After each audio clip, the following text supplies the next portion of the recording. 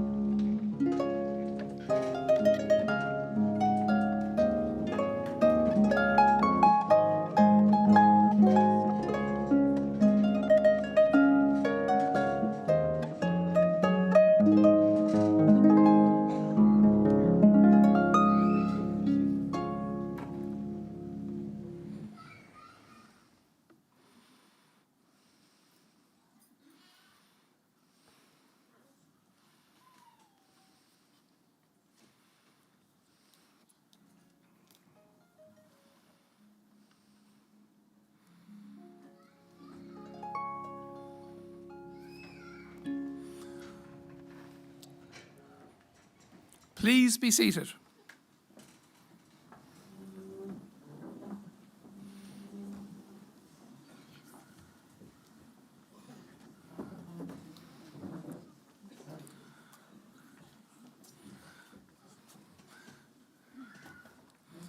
Iana Erica, a gwine uisle fáil to roiv gyda yn Sharman y shop in a run for Dov Octany or Didacus a rave Kemaha on Colostra.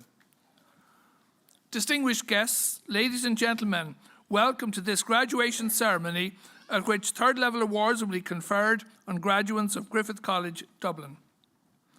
I'm also delighted to welcome graduates and their guests who are joining us today online. Our panel members include Professor Diarmuid Hegarty, President of Griffith College, Ronan Fenlon, Director of Griffith College, Jonathan Murphy, Head of the College's Apprenticeships, Anya McManus, Head of Faculty, Graduate Business School, Karen Sutton, Head of the College's Law Faculty, along with Programme Directors, Year Heads, Dissertation Supervisors and Lecturers involved in the delivery of our programmes. I'm Dr. Tomás McGuckagon, the College's Director of Academic Programmes, and I'm delighted to have the pleasure of being your MC for this graduation ceremony. Con túsa cóir leis na himachtaí, Iarmanis an talamh Diarmuid Hegarty, Uachtar an Coláiste Griffith, Lauertling her ceann Coláiste. I would like to begin the proceedings by inviting Professor Diarmuid Hegarty, President of Griffith College, to deliver a conferring address.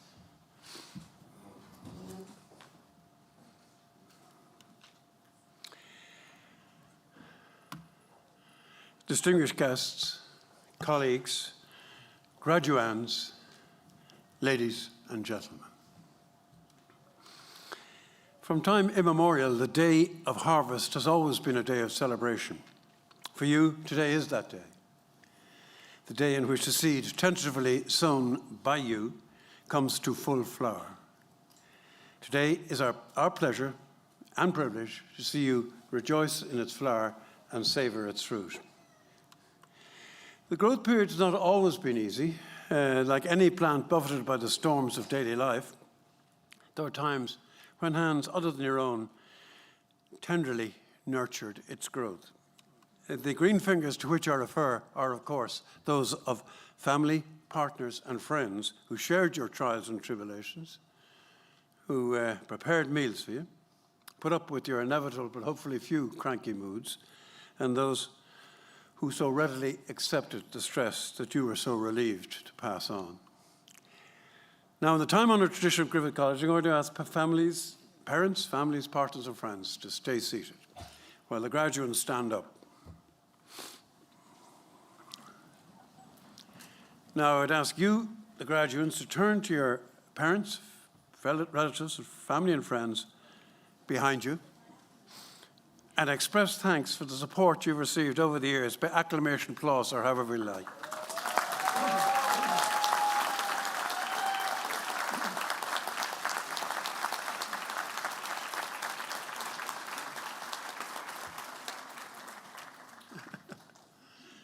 You may now sit down.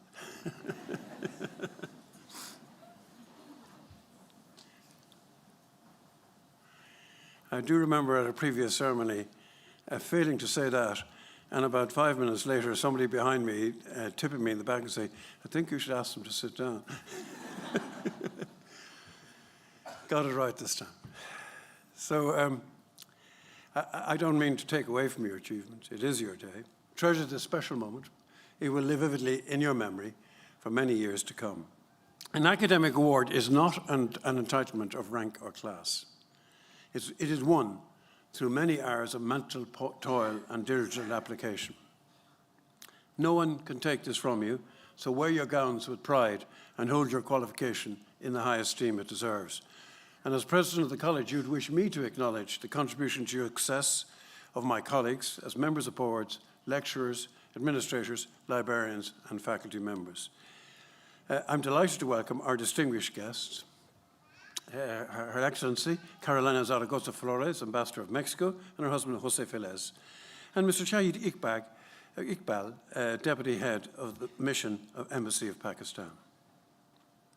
We're also honored to welcome Mr. Michael Noonan, the recipient of our Distinguished Fellowship Award, in recognition of his stalwart commitment to restoring our nation's confidence and finance when it faced what arguably was its greatest crisis since independence.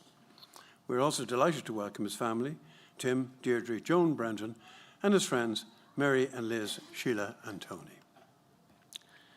I'd also like to welcome Davin Spallin, President of the Irish Institute of Pensions Management, and Neil MacDonald of ISME, Gabriel Canning and Joseph Hughes, Directors and Board Members of the Irish Institute of Legal Executives, Michael Magner, Irish Hotels Federation, Eamon McShea, Green Day, and I want to welcome as well Faria Munib, Nursing Homes Ireland, Adrian Ahern, Interim Chief Executive for Leopardstown Park Hospital, and Professor Wallace and Wendy Jane Ewart, longtime colleagues and friends of Griffith College, Lorraine Bowen of Enterprise Academy, and Martin Murphy, GW Solutions, and his colleagues from Sligo, Seamus Casserly. Together we gather not only to celebrate your success, but also to acknowledge the pivotal role that education plays in shaping a sustainable and prosperous future for us all. It's an honour to stand before you as founder of Griffith College as we mark our 50th anniversary, a legacy of excellence, innovation and impact, which I attribute to the fine staff that we have and which you now continue. We graduate this month a truly international group of graduates, and I wish to congratulate them and welcome their families in their own languages. Bahartri Chatro, Main Apkaor, Apke Karwalunka, Swagar Kartahun. Pakistani students, Pakistani Talab Ilmu, me apke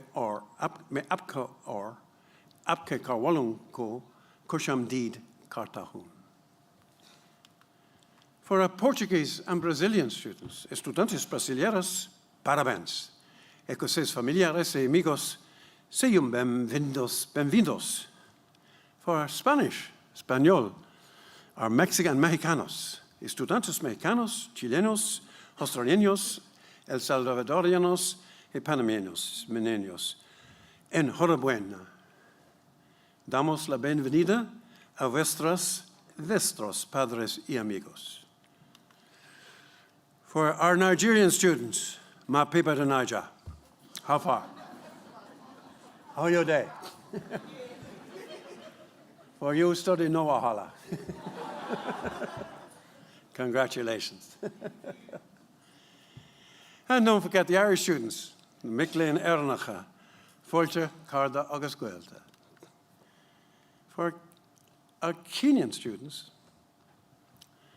in Wanafunzi, Wakenya, Hungara, Tonakarabishi, Kwa Wazawi, Wako na Merafiki.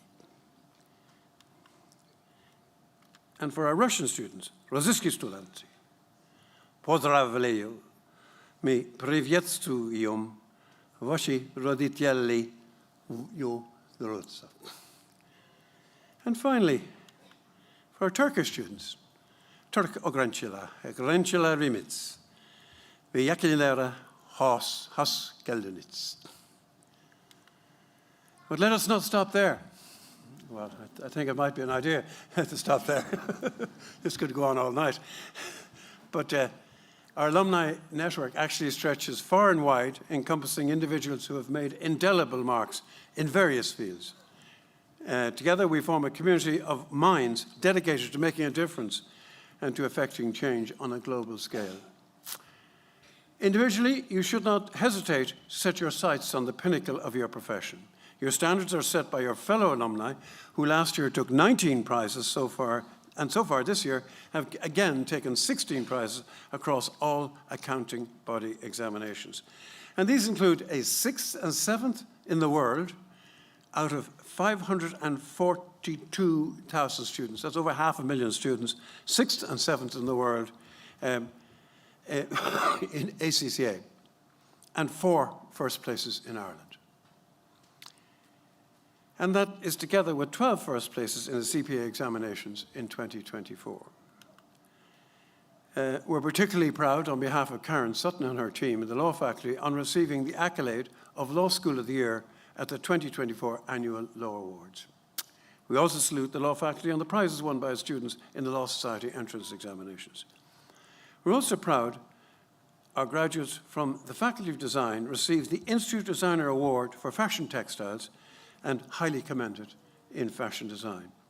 But let us cast our gaze over the next 50 years to the 21st century challenges. None is more pressing than climate change, such as Spain is currently experiencing. Other effects include changes in wind speeds, storm tracks, and clearly the increased river and coastal flooding experienced by Spain, water stress for crops, pressure on water supply, and adverse impacts on water quality, and the possibility of 1/3 of the world's population living in a Sahara-like environment. Let's hope through the Griffith College values, agility, and adaptability, we will equip you to work together towards these challenges as a global community. Don't be paralyzed by worry. It's like a rocking chair. It distracts your mind but never gets you anywhere. We're just birds of passage. As the Native Americans put it, we do not inherit the earth from our ancestors, we borrow it from our children. Talking about children, I hear somebody's calling out for an application form, which must be delivered instantly. Of equal concern surely must be the impact of conflicts such as Ukraine, Lebanon, Gaza on the future of the planet. What is happening in Ukraine, Lebanon, Gaza, and the West Bank surely contains the seed of repeated conflict, source of worry for us all. We fervently wish for peace, but wishing it is not enough. It falls to your generation, recognizing that life is precious, to eliminate the conditions such as poverty, disadvantage, discrimination, and civil strife which lead to wars, and to create environments conducive to peace. That's easily said, but take comfort in the global village you are creating and in the valuable connections you've made. Your unprecedented access to knowledge means you can see the problems and the solutions that will work to solve humanity's problems, and also see how technology is being leveraged to address our greatest challenges. Examples are renewable energy, carbon capture, and sustainable agriculture. In searching for solutions, just remember that minds are like parachutes. They function best when open. And thanks to the medical advances, you will live longer than your parents. So as you embark on your journey, I encourage you to consider entrepreneurship. Not necessarily starting a business. Instead, even as an employee, think of entrepreneurship as a mindset, a way of approaching challenges and seizing opportunities to create value, innovate, and make your mark. So remember to stay on the right track, but not for too long. After all, we do have Dart and Lewis now, and you might get run over. The road to success is actually dotted with many tempting but misleading parking places. And it isn't about having all the answers, it's about asking the right questions, about seeing a need and deciding, I can meet that need in a new way. Reid Hoffman was the co-founder of LinkedIn, and he said, an entrepreneur is someone who jumps off a cliff and builds a plane on the way down. I wonder, did he do his career project in Boeing? Bear in mind, sometimes the best way is simply by doing. Like the Industrial Revolution, the digital revolution we're now experiencing will change how we lead our future lives by combining human intelligence and artificial intelligence, leveraging the strengths of both humans and machines. There are predictions that digital technology could deliver download speeds of 1 terabyte per second. Now, for the benefit of the initiated, okay, and those people who actually, know how to work a computer, or know 1 terabyte is a lot of data, okay, and effectively, you're talking about 140 hours of Netflix for the Netflix fans in 1 second. The key question, of course, I'm missing is, how are we going to find the time to watch the 140 hours? Well, that's your problem. Health technology will deliver virtual digital companions and carers knowing our health intimately over our lifetime. Reproduction of vital organs, replacing damaged or diseased organs, exceeding the quality of the original organs. Data collection systems that collect patient data will give richer portraits than the individual has. Artificial intelligence and big data analytic tools will improve personal lifestyles. Homes will be entirely cleaned by robots. So guys, take relief. And robots will perform tasks that are too dangerous for us. Immersive and virtual and augmented reality environments will also play a significant role in offering customers virtual personalized experiences. Probably like me, this means nothing to you, except the young among you who are well familiar, whom I always actually resort to when I am faced with difficulty on a computer. But with the advent of virtual reality web browsing, companies will soon be able to blur the lines between physical and digital realms. And it's a new world. But the machines won't be able to do everything.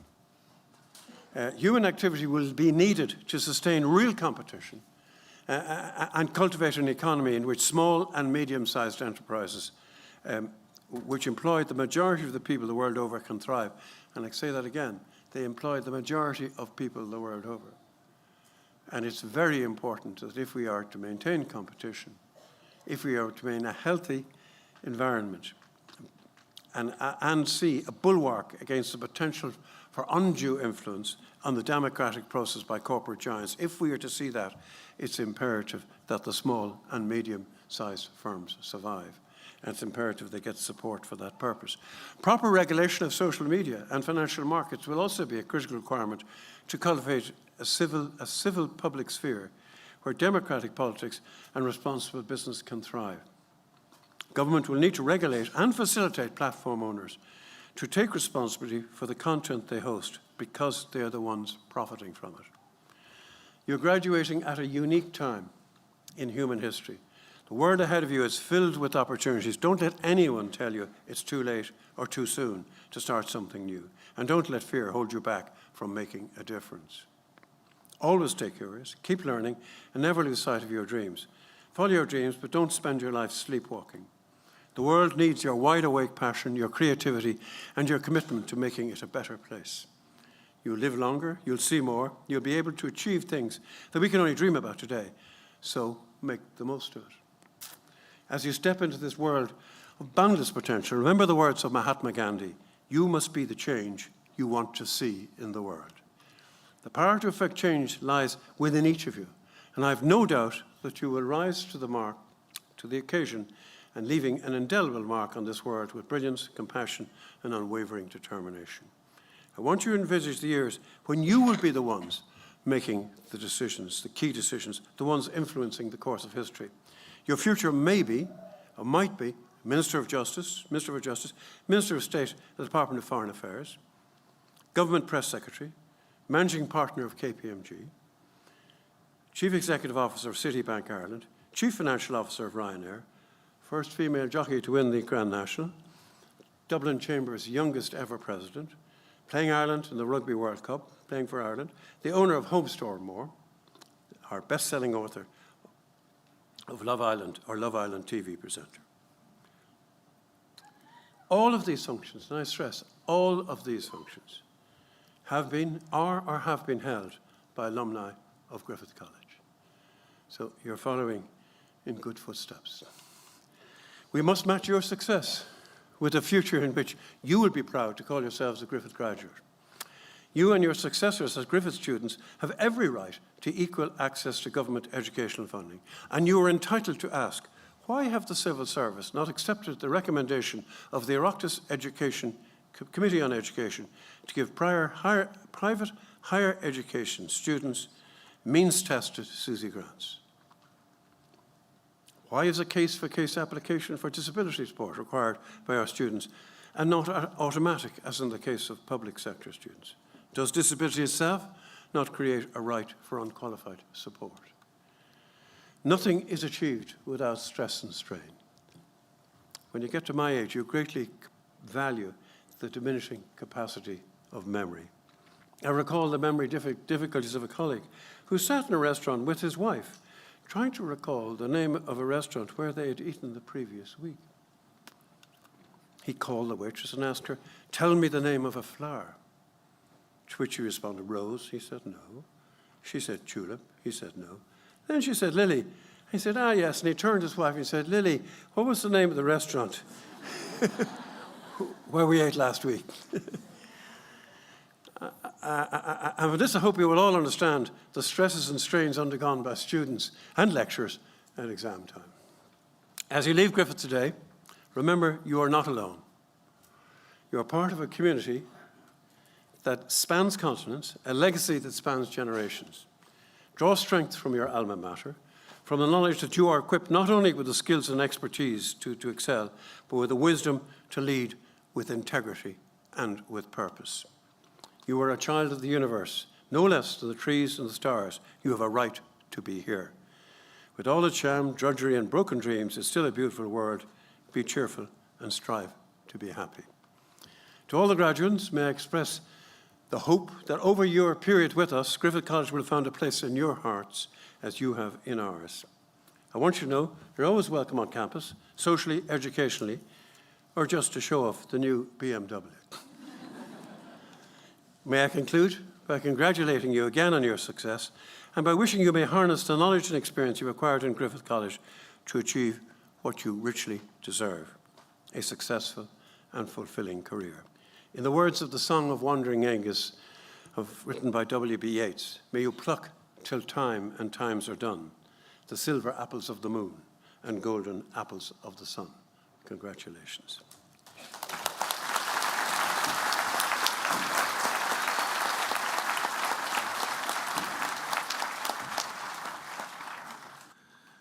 President, it is the wish of the College to confer a Distinguished Fellowship Award.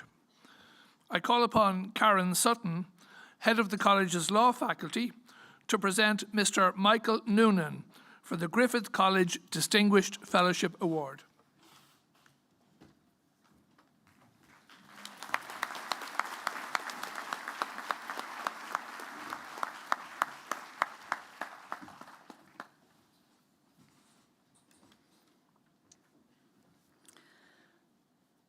Former Minister Michael Noonan was born in Lockhill, County Limerick, and is a key figure in modern Irish political history. A member of Fine Gael, Mr. Noonan had a political career that spanned nearly 4 decades and is best known for his role as Minister for Finance from 2011 to 2017, during which time he played a pivotal role in guiding Ireland out of its deepest economic crisis since independence. Mr. Noonan's early life was rooted in rural Ireland, where he attended primary school in Lockhill before attending secondary school at St. Patrick's College, Dublin, and later studying at University College Dublin, where he obtained a Bachelor of Arts degree, subsequently training as a secondary school teacher. Mr. Noonan's background in education was instrumental in shaping his pragmatic and disciplined approach to politics. Mr. Noonan married his dearly departed wife Florence, a primary school teacher, in 1969, and is a proud father to Tim, John, Michael, Orla and Deirdre. Mr. Noonan entered public life in 1974 when he was elected to Limerick County Council, marking the start of his long political career. In 1981, Mr. Noonan was elected as a Fine Gael TD for Limerick East, beginning his tenure in national politics. Shortly after entering the Dáil, Mr. Noonan was appointed as Minister for Justice in 1982 in the Fine Gael Labour Coalition government, led by Taoiseach Garret Fitzgerald. In this role, he was noted for his handling of several high-profile criminal cases, introducing a new criminal justice bill, and overseeing the wording of the 1983 constitutional referendum on abortion, and his efforts to reform Ireland's legal system during a turbulent period in Irish politics. Mr. Noonan's next major role came in 1994, when he was appointed Minister for Health in John Bruton's Rainbow Coalition government. His tenure was marked by efforts to introduce significant reforms to the Irish Health Service. In 2001, Mr. Noonan succeeded John Bruton as leader of Fine Gael. Mr. Noonan sought to revitalise the party, focusing on economic reform and public service efficiency. However, following the 2002 general election, Mr. Noonan resigned as leader and was succeeded by Enda Kenny. Mr. Noonan remained an influential figure in Fine Gael and Irish politics. Mr. Noonan's defining moment came when he was appointed Minister for Finance in 2011. Ireland was in the midst of a severe financial crisis, having been forced into an EU-IMF bailout in 2010 due to the collapse of the banking system. Mr. Noonan took over the finance portfolio at a time when Ireland's economy was contracting. Unemployment was at record levels, and the government was implementing harsh austerity measures. Mr. Noonan's approach was marked by pragmatism, with a determination to restore Ireland's economic sovereignty. One of his most significant achievements was overseeing Ireland's exit from the EU-IMF bailout programme in December 2013. Mr. Noonan negotiated successfully with international lenders, securing extensions on Ireland's bailout loans, which helped ease the fiscal burden and restored confidence in Ireland's economic future. Under Mr. Noonan's stewardship, Ireland returned to growth by 2014, becoming one of the fastest growing economies in the EU. His policies focused on restoring financial stability, reducing the budget deficit, and encouraging foreign direct investment. He introduced measures such as the reduction of the Universal Services Charge and tax reforms that benefited businesses, particularly in the technology and pharmaceutical sectors. His emphasis on maintaining Ireland's low corporate tax rate attracted a significant foreign investment, though the effect of the EU Court Apple judgment remains to be seen.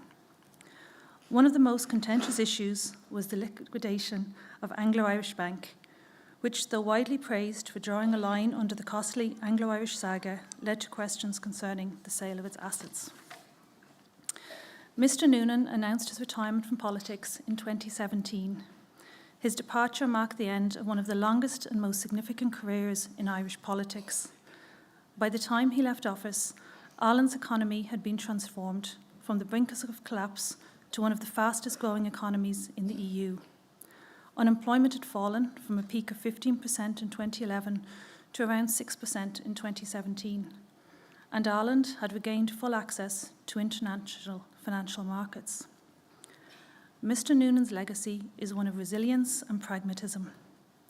While his policies were often tough, particularly during the austerity years, such as cuts to public services and welfare reductions, they are credited with stabilising the economy and laying the foundation for Ireland's recovery. His focus on fiscal discipline, attracting foreign investment, and maintaining Ireland's corporate tax regime made him a central figure in shaping the country's modern economic landscape. Mr. Noonan is widely regarded as one of the most influential Irish politicians of his generation, leaving an indelible mark on the nation's economic and political history. The Distinguished Fellowship Award is an annual award made to men and women from the island of Ireland who have, within the context of their own profession, pushed forward the boundaries of excellence. President, I now formally present to you Mr. Michael Noonan for the Distinguished Fellowship Award.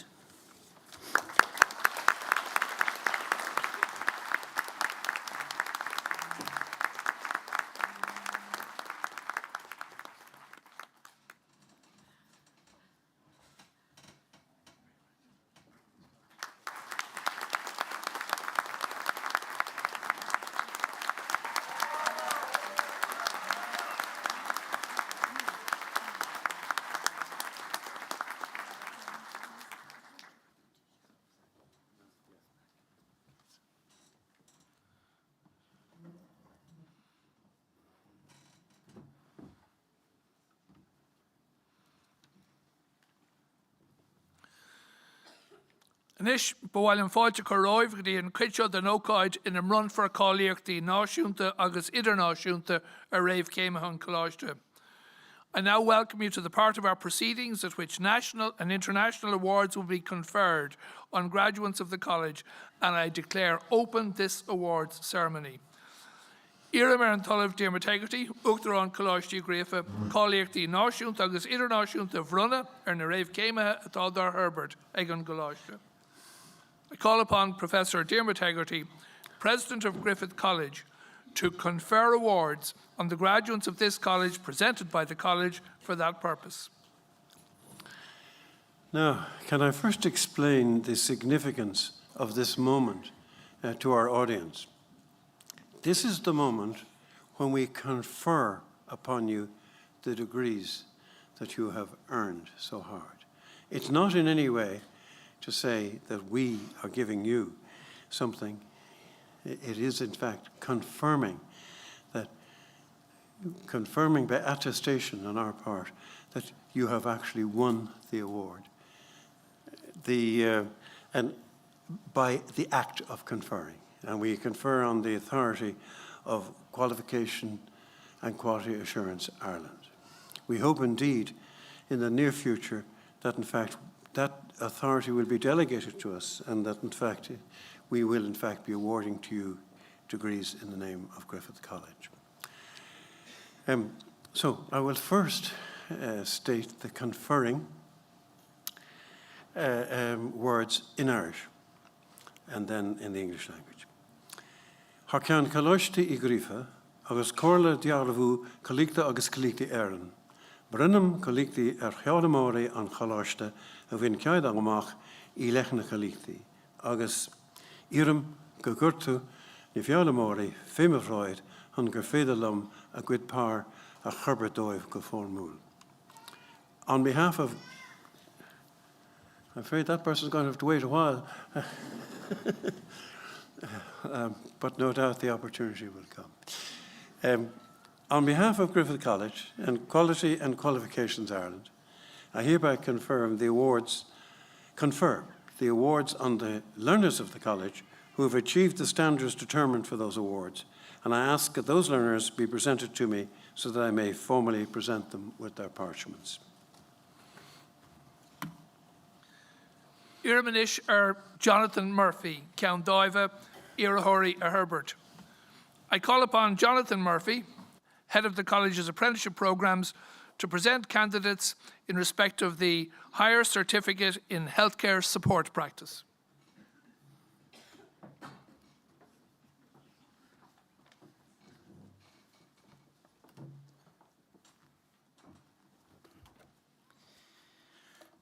Good afternoon, everyone.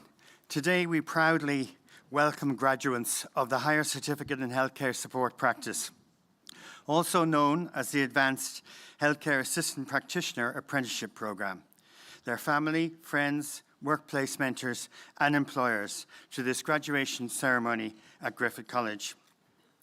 We're here to celebrate a remarkable journey, one filled with dedication, perseverance, and an unwavering commitment to the care of others. Today, we honour the exceptional individuals who are expanding their healthcare assistant career, a field of study that holds the power to comfort and transform lives. Today, as you graduate and enter the world of advanced healthcare assistants, practitioners, you become part of a new era in Irish healthcare. You are the trailblazers and the role models for those who will come after you.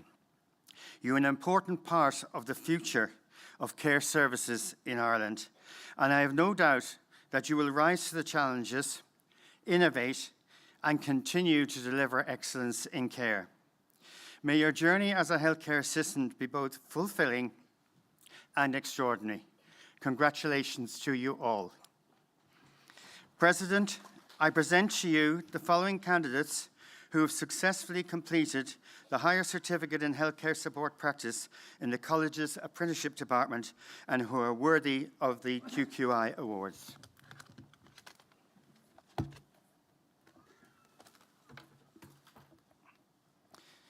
Martha Buckley.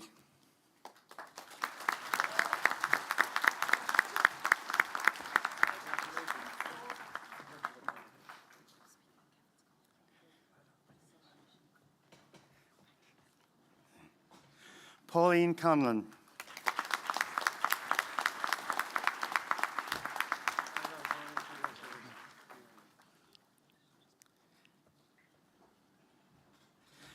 Eileen Doyle.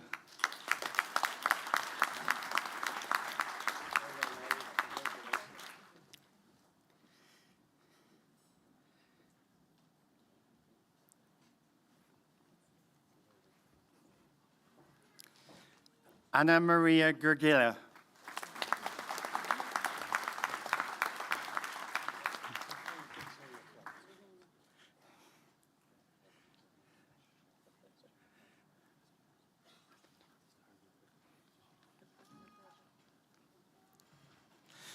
John Hand.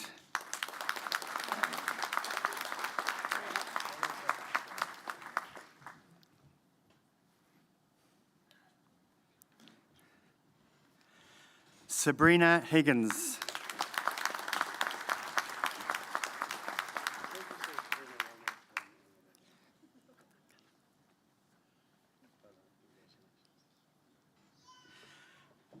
Catherine Kavanagh.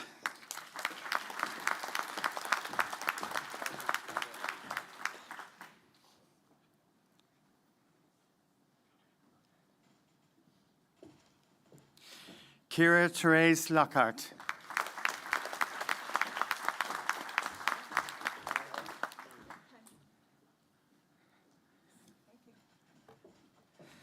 Claire McSweeney.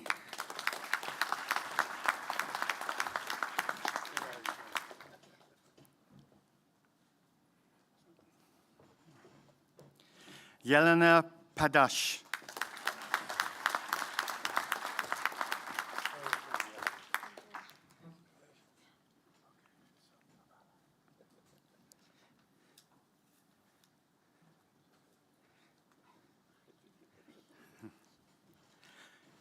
Tanya Quinn.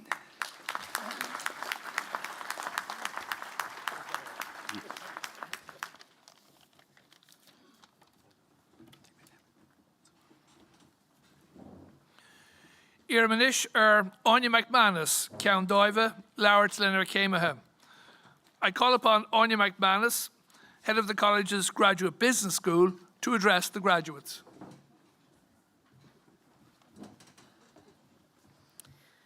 Good afternoon, everyone. Well, today is all about you, our Graduate Business School graduates. You have put in the hard work, taken on challenges, and made the most of your time here at Griffith College. Along the way, you've made friends, shared ideas, and grown into the leaders we see before us here today. Each of you has had a unique journey, but together you've brought resilience, curiosity, and drive to everything you have done. You've each brought your own perspectives and experiences, creating a diverse community that has enriched our campus, our lives, and will continue to shape the world ahead. As we celebrate your achievements here today, we also celebrate our 20th graduation ceremony at the Graduate Business School. It is the perfect moment for us to reflect on how far education has come and to ask, where do we go from here? To gain perspective, let's look back over the past 20 years. Because, as the saying goes, to know where you're going, you must know where you've been. Now, in 2024, we can see the tremendous changes that have reshaped our world since our graduation ceremony back in 2004. Back then, for example, Mark Zuckerberg had just founded the Facebook. Google became public, and the iPod was a new revolutionizing item that had people consuming media.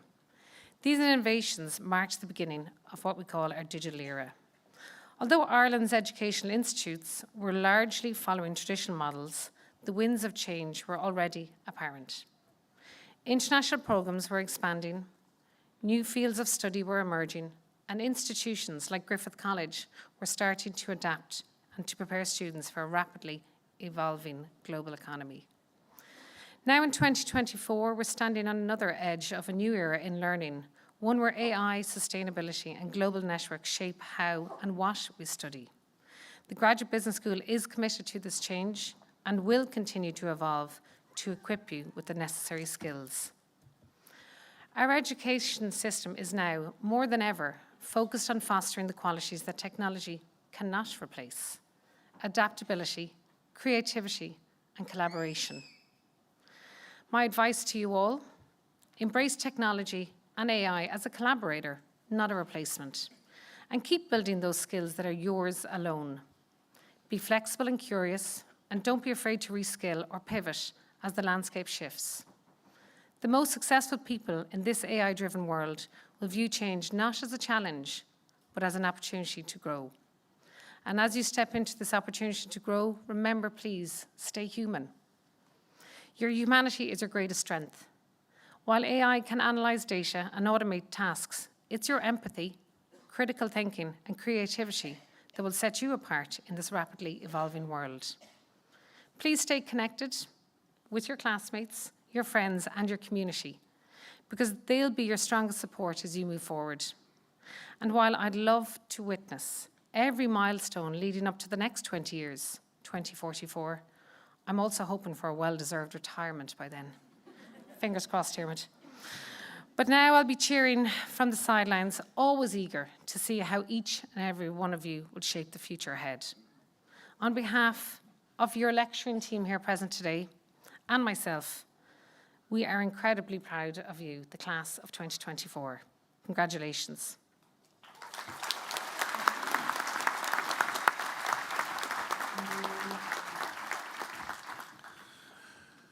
Anish Irmer Kevin O'Hara, Stewart Clore, Irahori Akorilaher.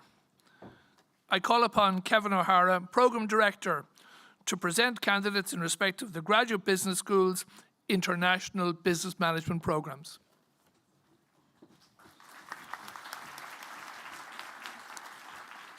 Thank you, Tomas. President, I present to you the following candidates who've successfully completed programs at the Graduate Business School and who are worthy of Griffith College and QQI awards.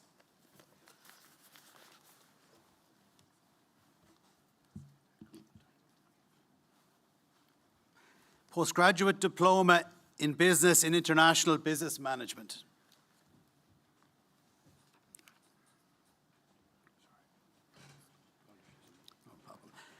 Ria Shailesh Damor.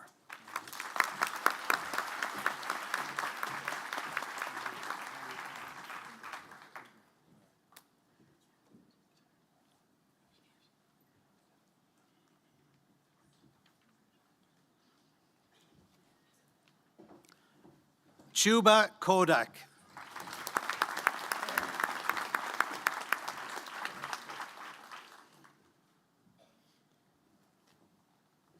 Festus Kipritich Kosgei.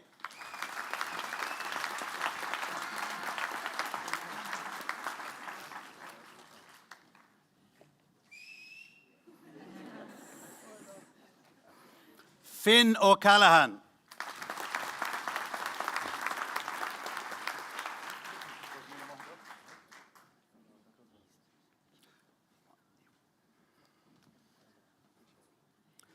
Savad Putanpura.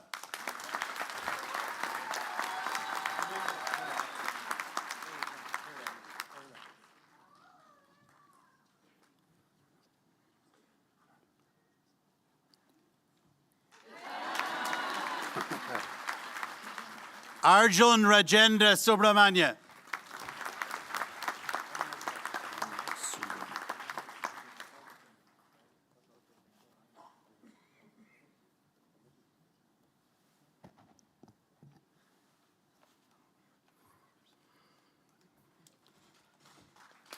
Sharon Sulun.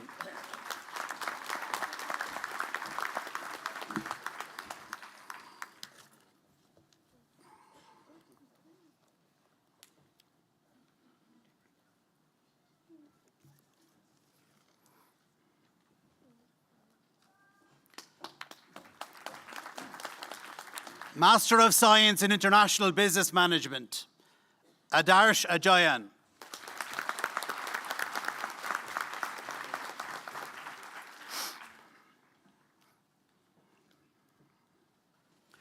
Bismiya Saidu Muhammad.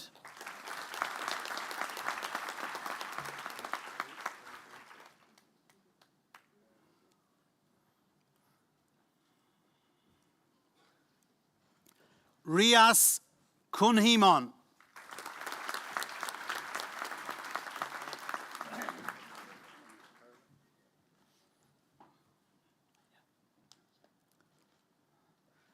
Cynthia Achieng Adero.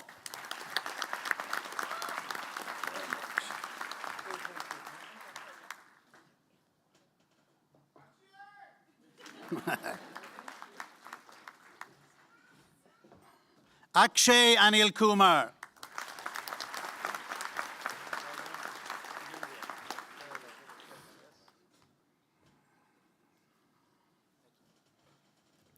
Mohammed Saklain Ashraf.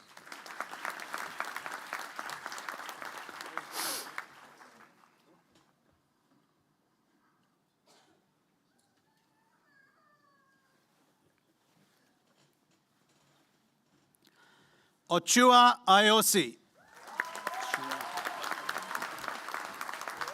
Yeah, hold on.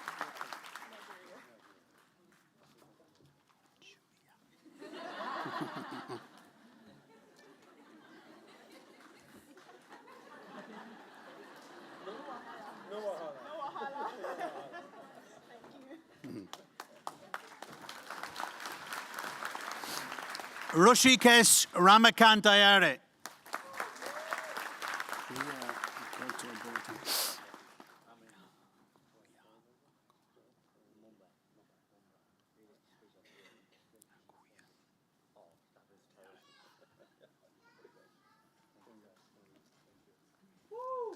Hey. Akuya Akoto Boateng.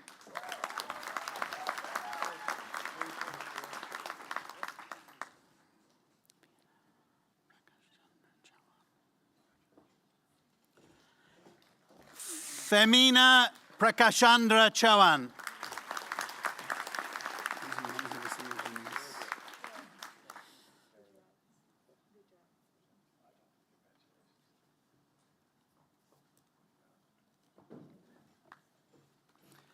Renilson Jose da Silva Denise.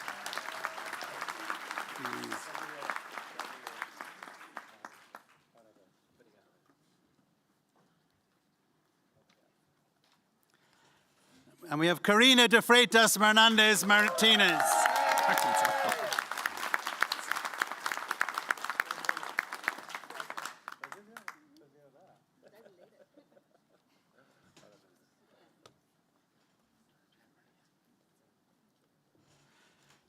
Georgia Maria de Oliveira.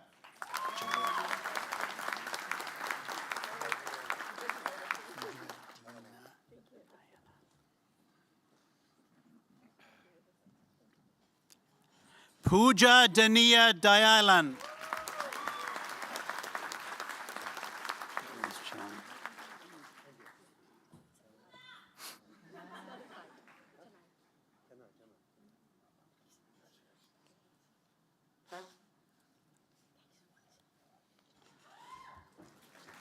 Lourdes Maria Flores Chong.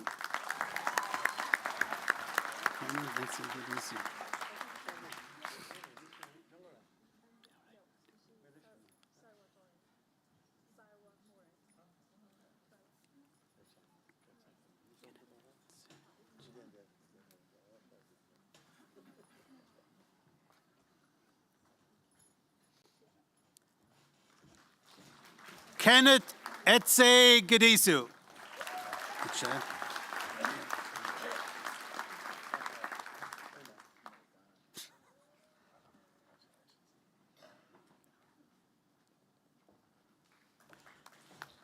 Sharon Wanjiro Gita.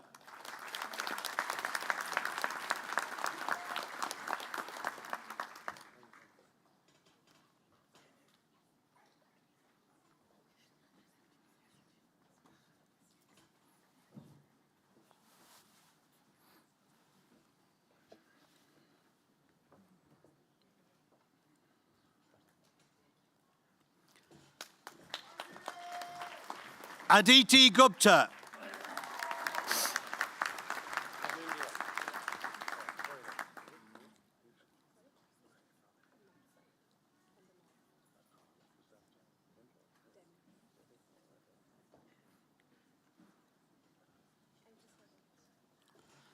Lokesh Gutta.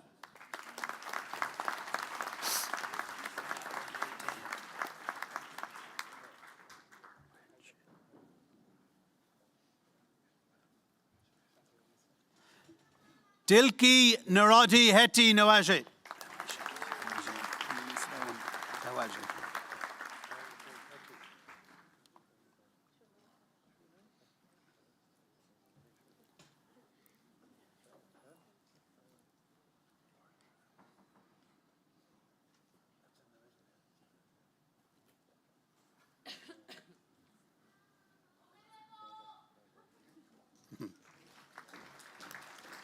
Nadia Jimenez.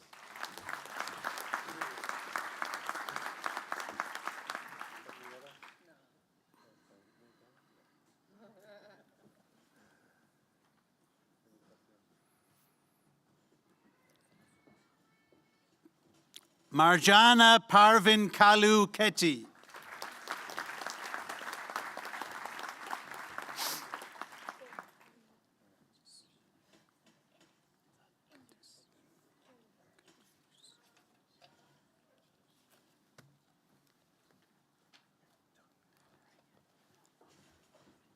Hilary Katusime.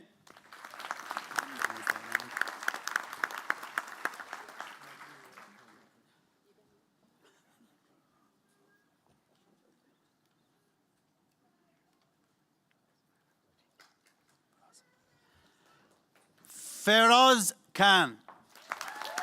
Feroz.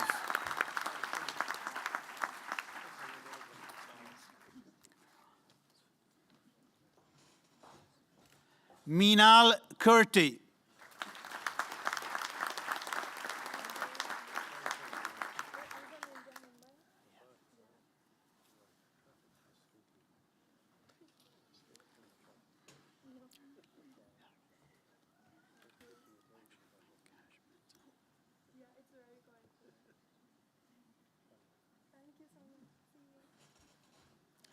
Irina Lotova.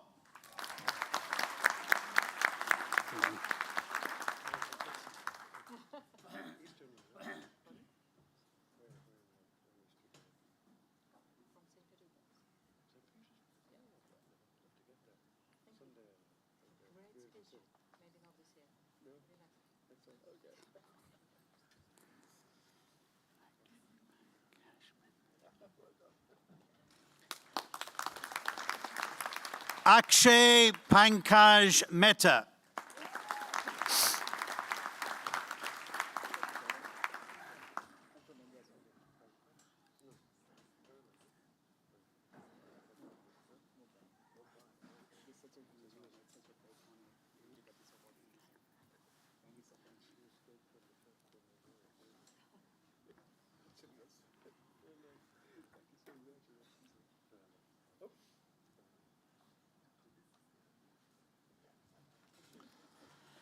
Maria Fernanda Mendoza Herrera.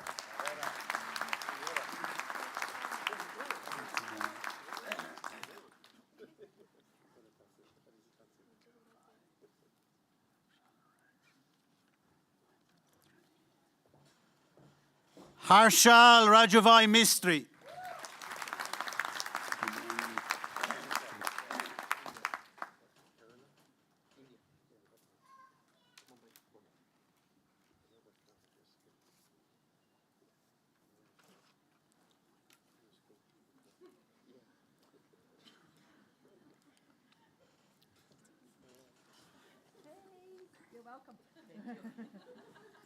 Tuku Mwangi.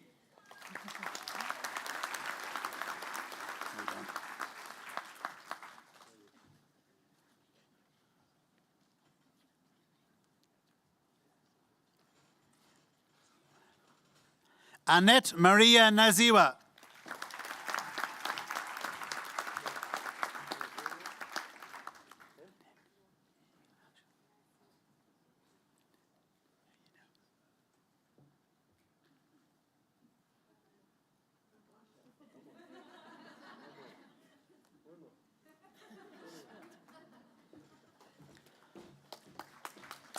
Magdalene Injaya Ndong.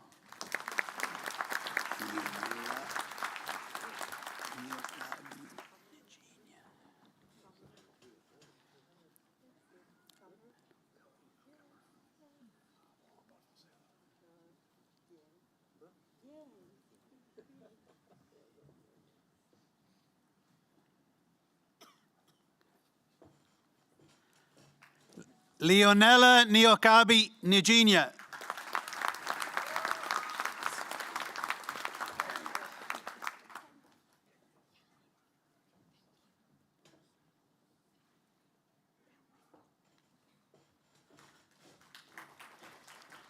Ozioma Mary Okorochi.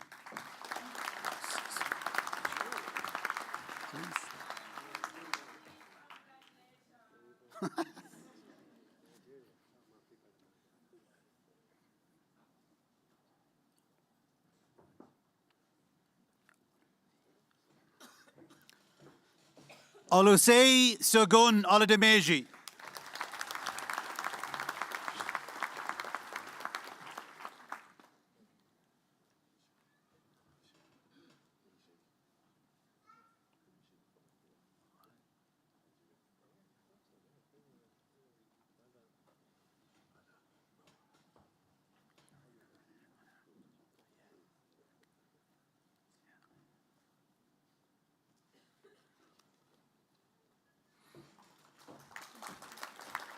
Macarena Patricia Oyarse Chia.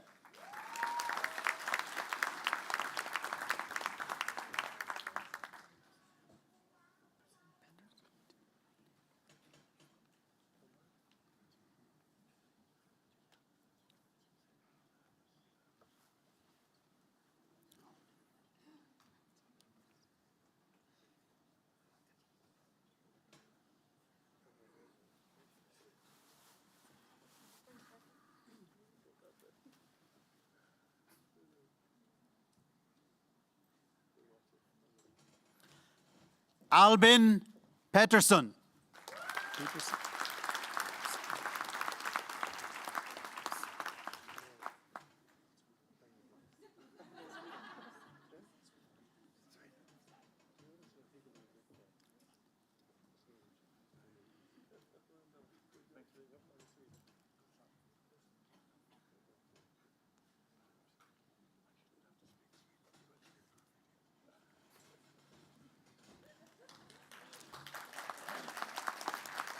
Ahmad Salah.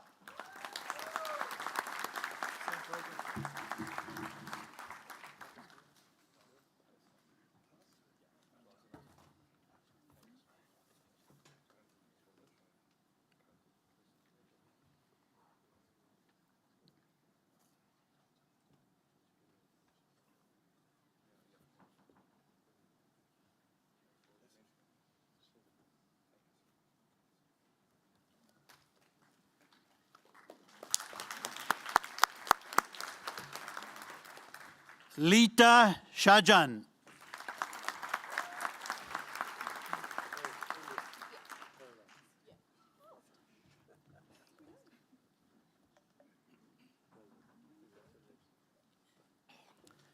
Nitin Shakya.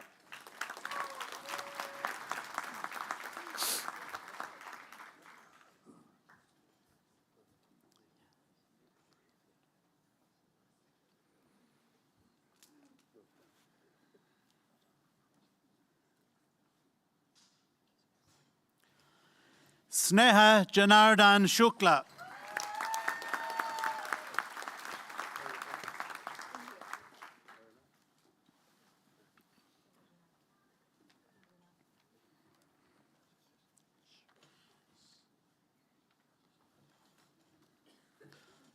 Varsha Srinivas.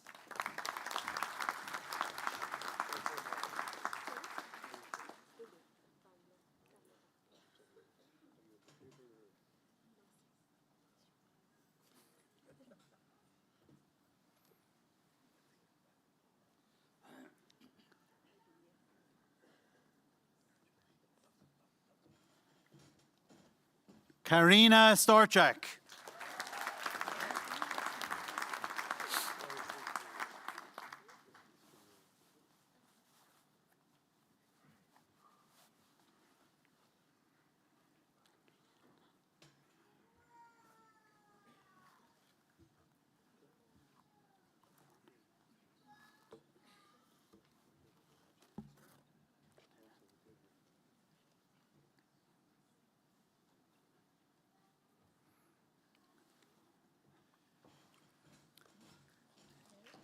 Jia Tong Tan.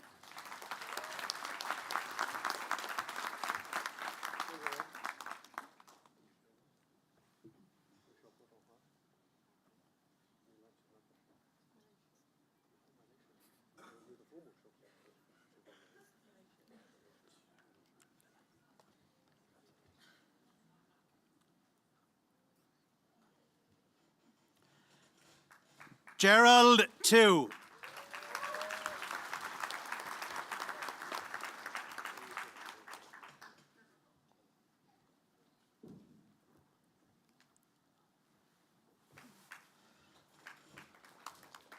Lina Wang.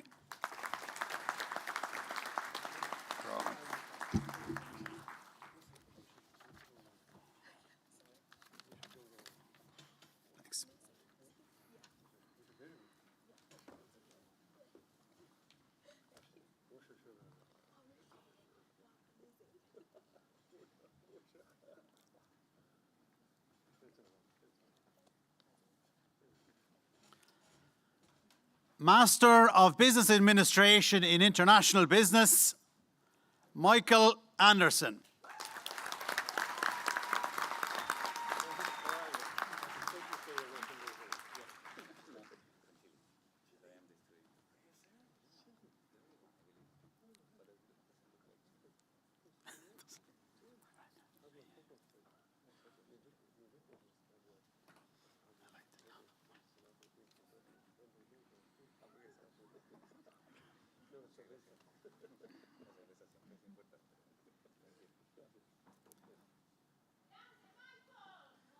Hey. Rajam Barwa.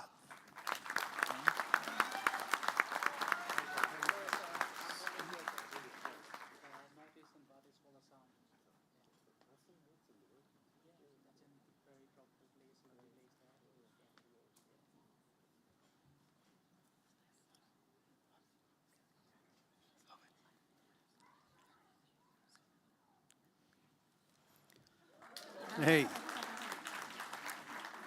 Valerie Suset Bermudez Pinder.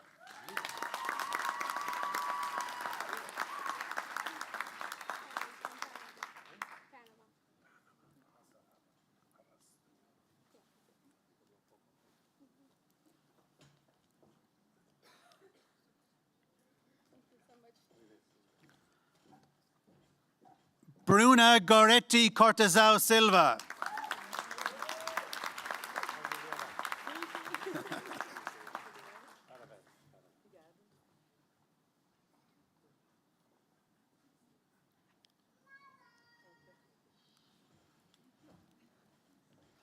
Abhijit George.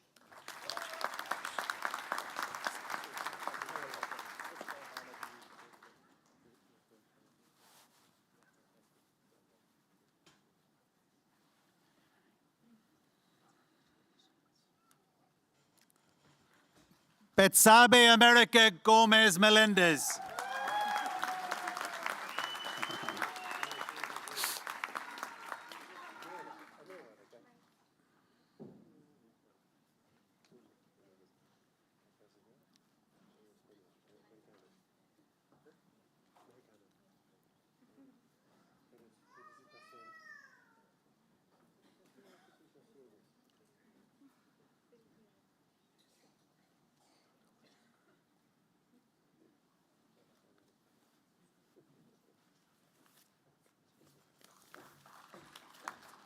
Ivy Kotian.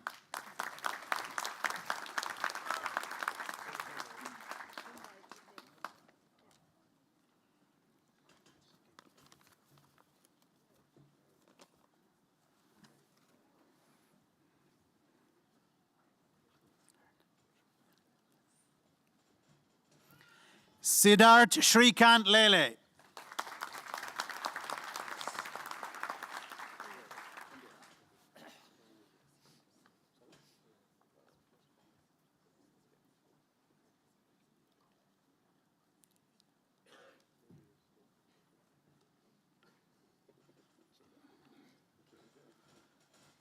Sarah M. Hassan.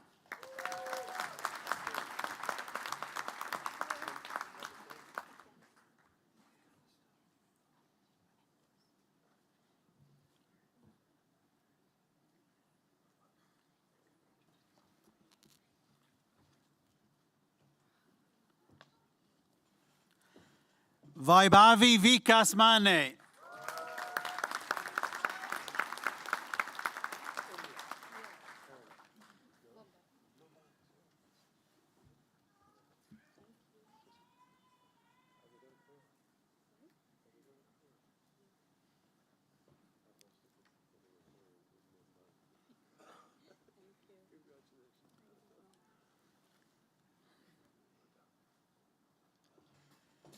Jerin Machu.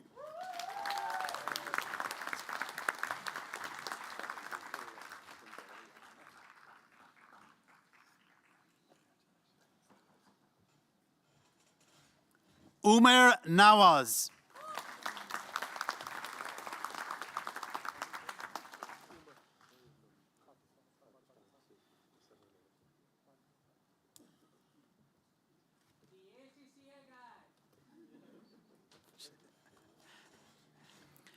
Cian O'Regan.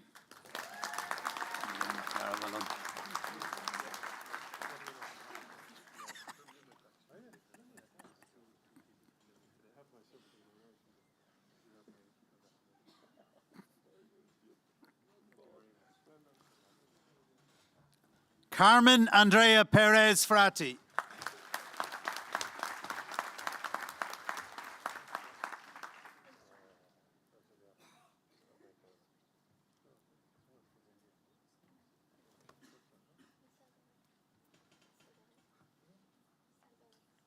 El Salvador.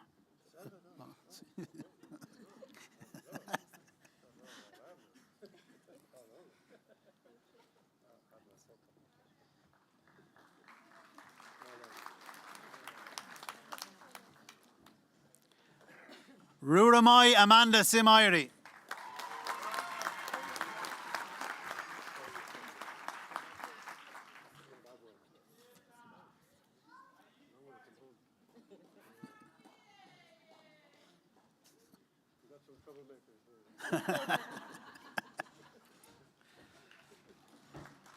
Shamim Serenkuma.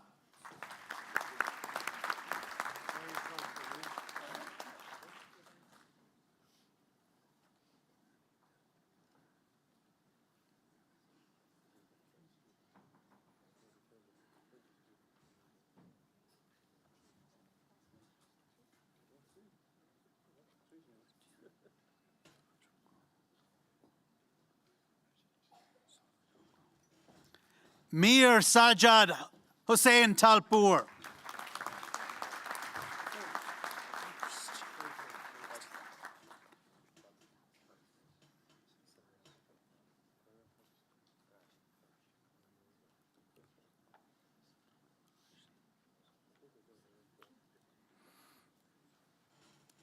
Christian Solochoku Ulasi.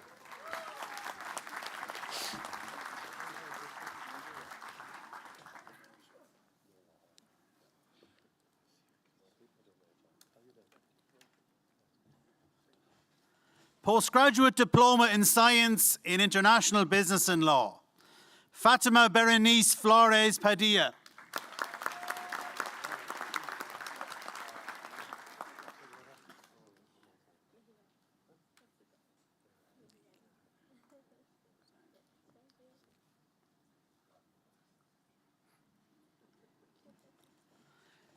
Zilan Öztürk.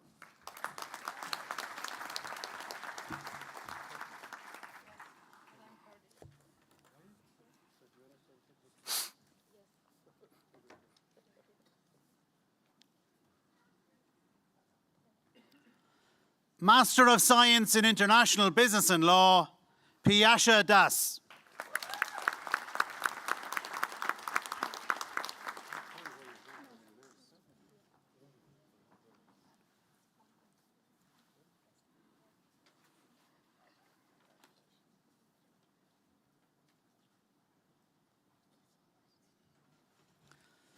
Valeria Doskovsky.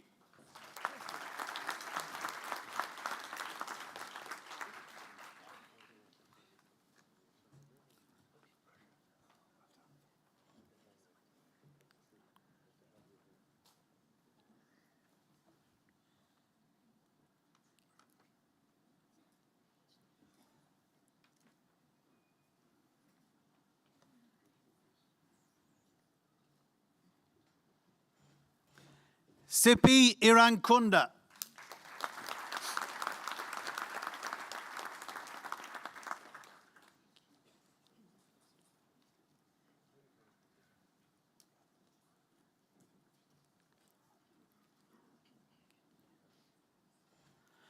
Calvin Kinyanjui Mbutia.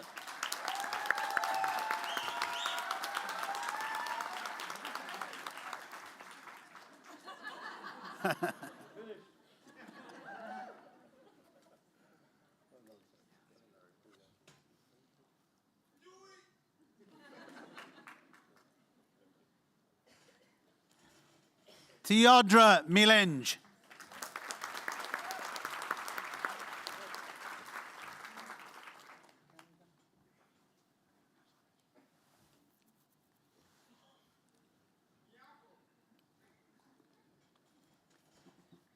Denise Orokoglu.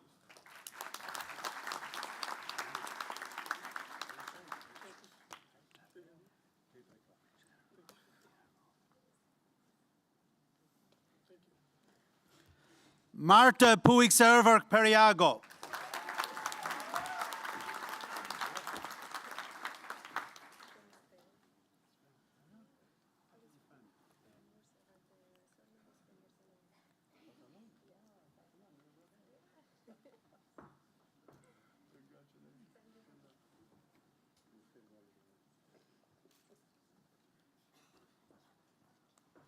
Marco Santiago.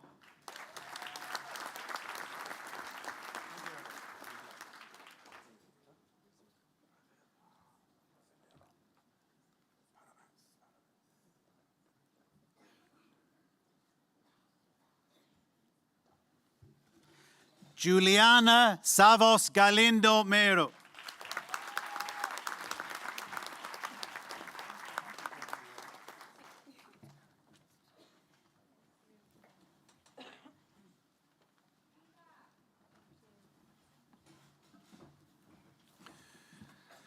Iramanish Karen Sutton, Cian Daiva, Lowers Lenner Camaha. I call upon Karen Sutton, head of the college's law faculty, to address the graduates.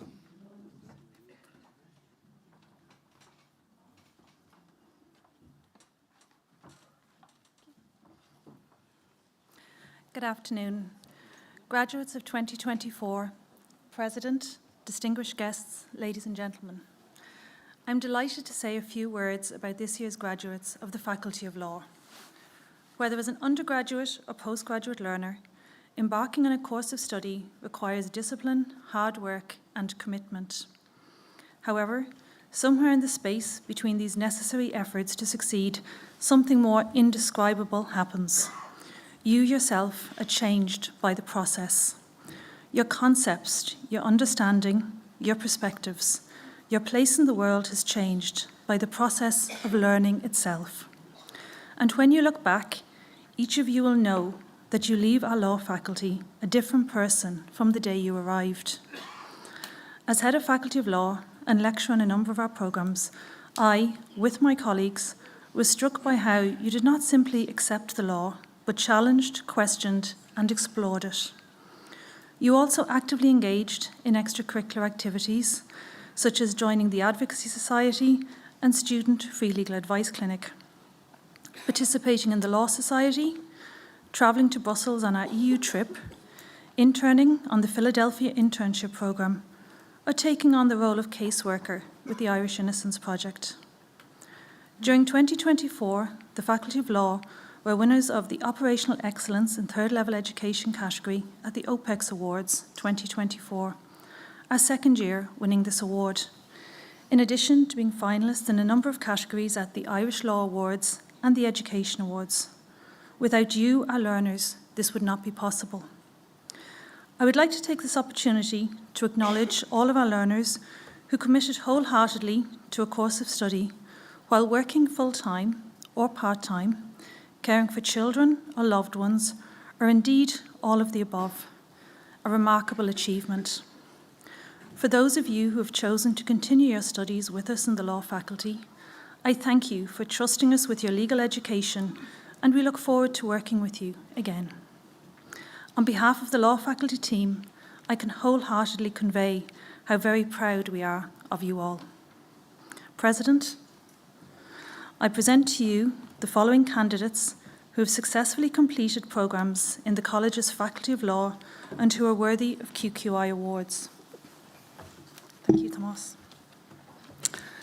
From the Certificate in Legal Studies, Ryan Cogley.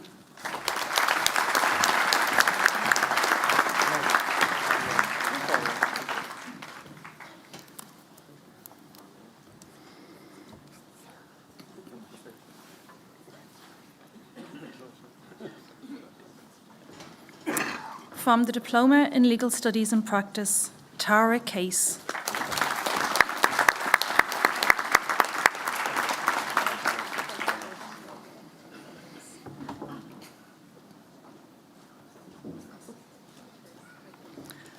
Hugh Condren. Well done.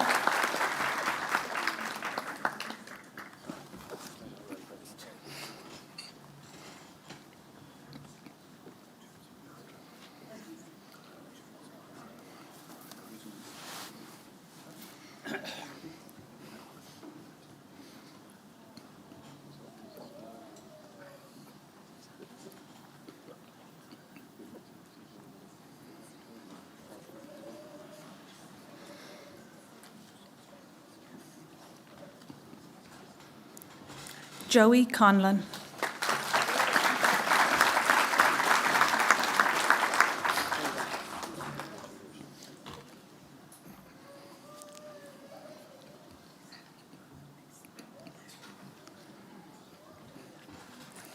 Laura Cronin.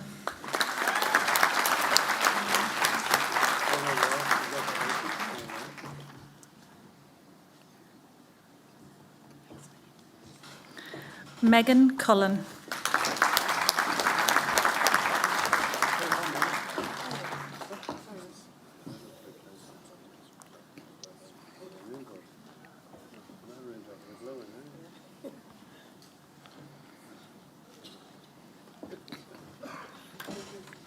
Eleanor Foley.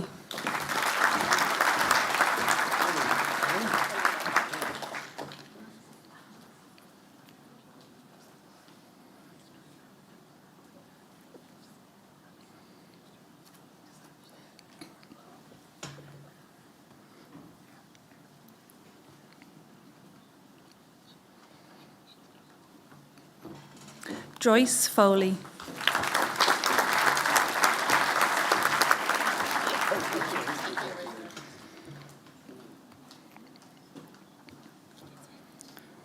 Sharon G. Kerr.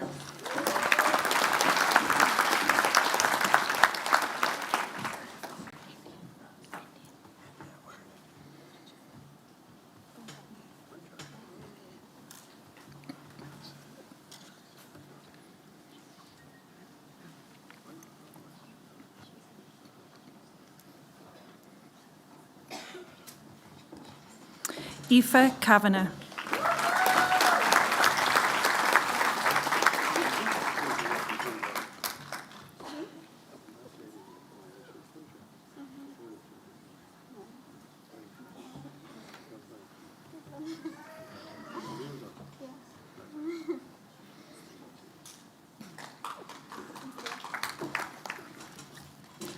Sarah Kelly.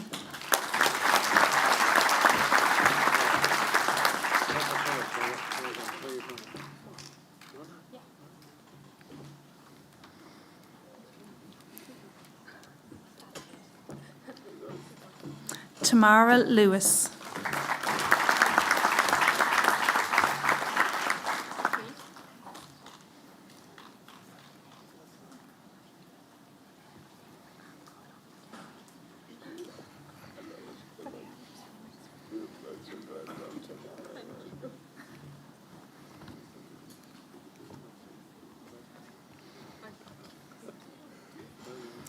Shauna Miles.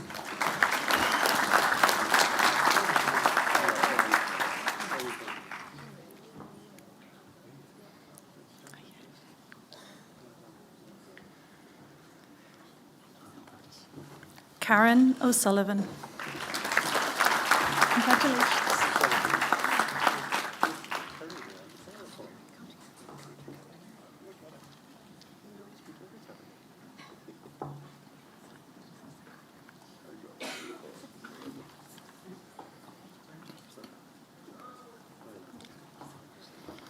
Roisin Redmond.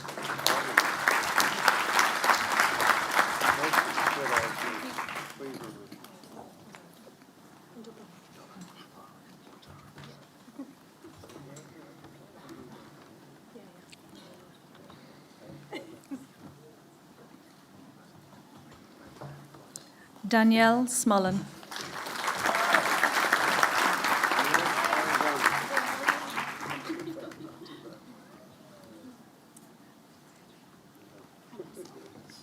Ciara Mary Tyrrell.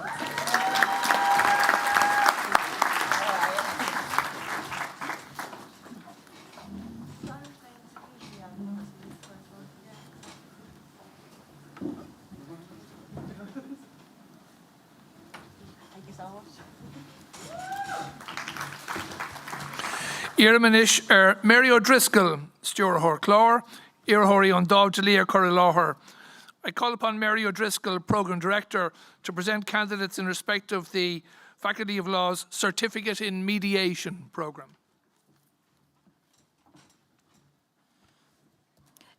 President, I present to you the following candidates who've successfully completed programmes in the college's Faculty of Law who are worthy of a QQI Award, Certificate of Mediation.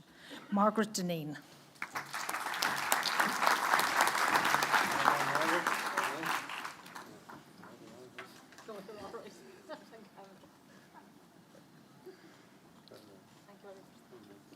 Seamus Egan.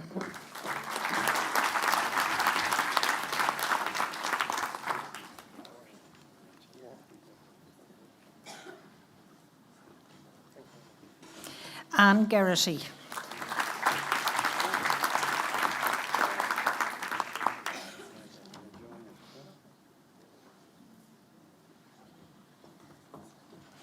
James Glover.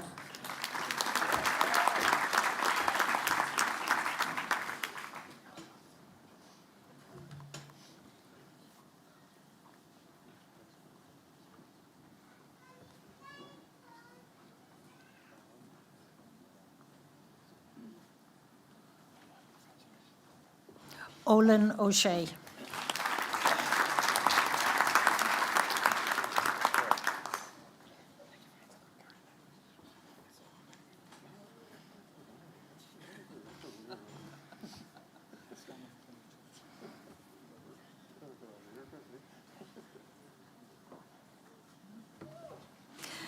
Anastasia Jankowska.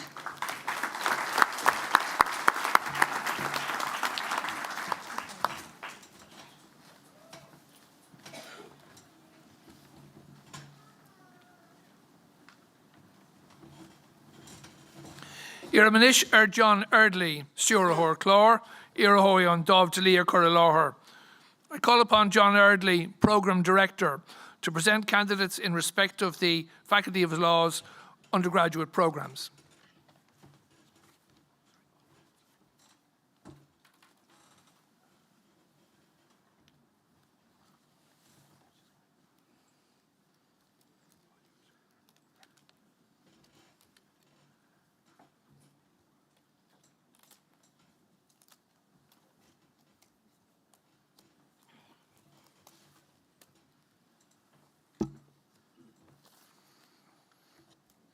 President, I present to you the following candidates who have successfully completed programmes in the college's Faculty of Law and who are worthy of QQI awards. Bachelor of Laws Honours, Adedeji Ajao.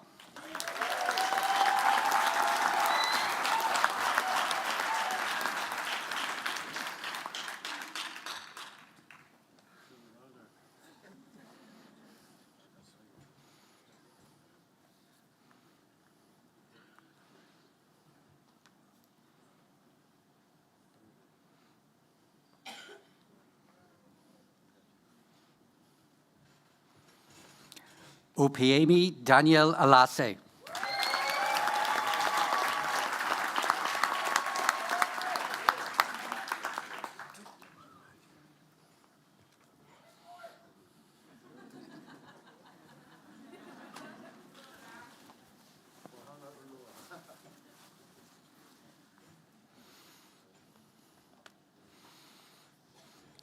Chidere Anyamenye.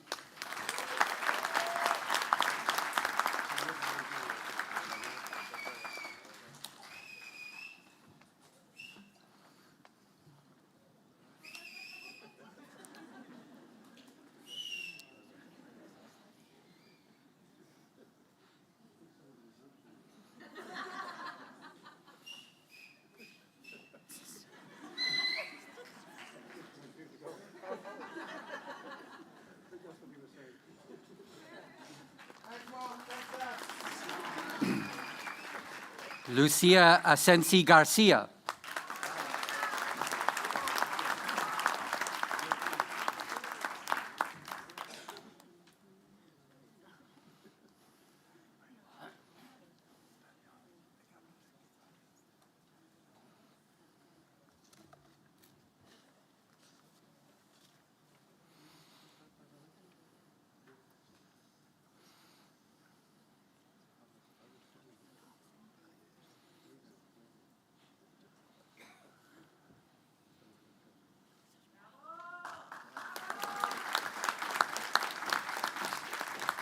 Ayomide Awaso Kanre.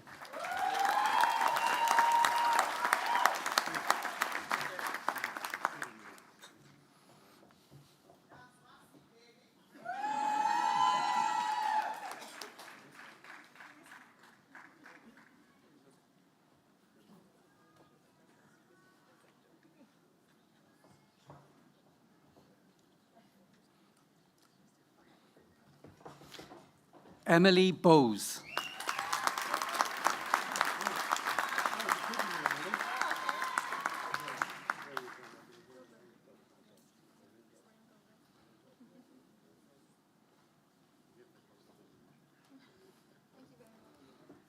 Owen Boyden.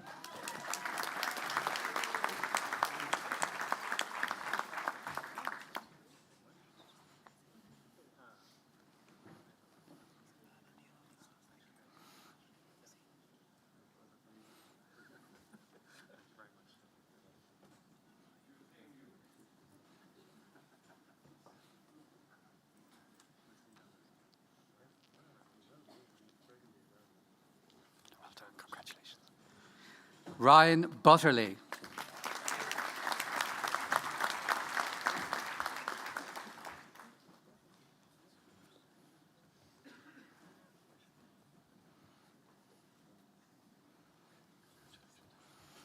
Alan Carr.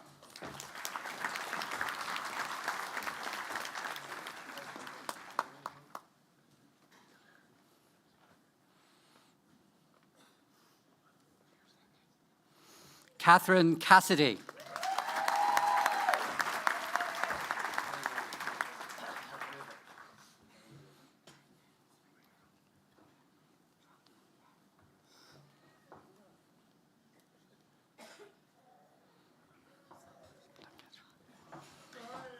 Niamh Costello.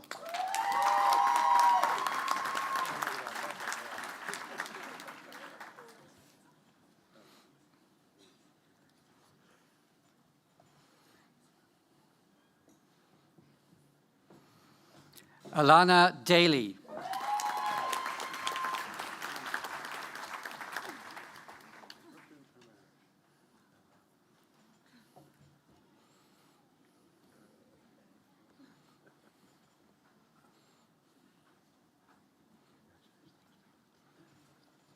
Thomas Demoulin.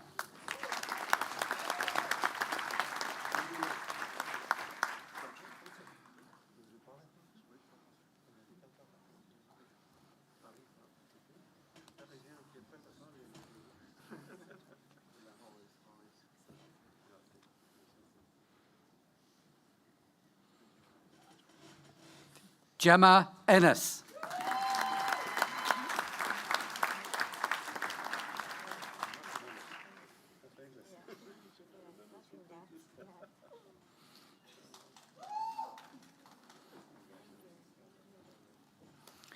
Dermot Fearon.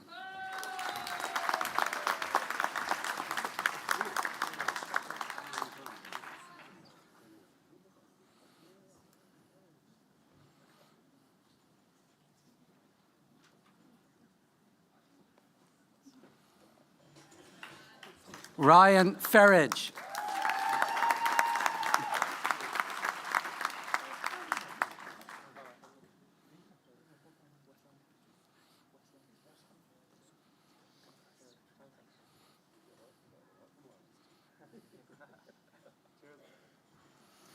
Emily Julia Fitzpatrick.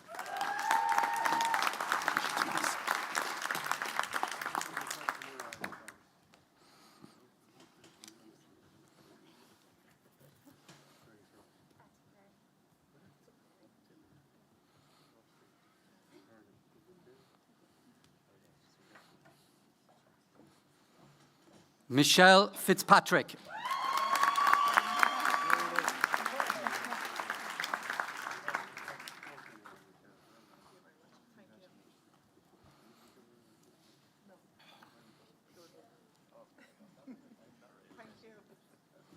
Alexander Flood.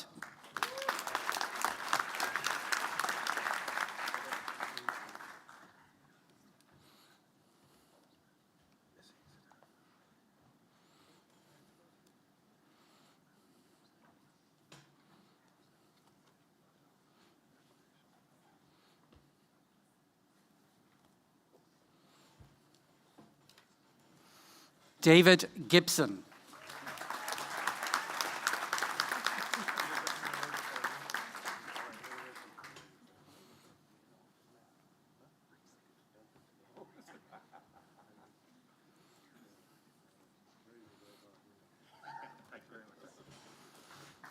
Catherine Hennessy Hannafin.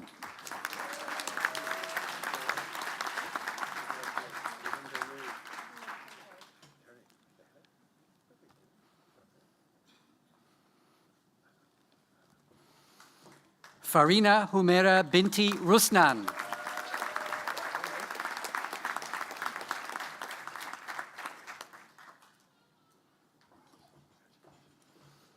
George Iman Ikeli Idehai.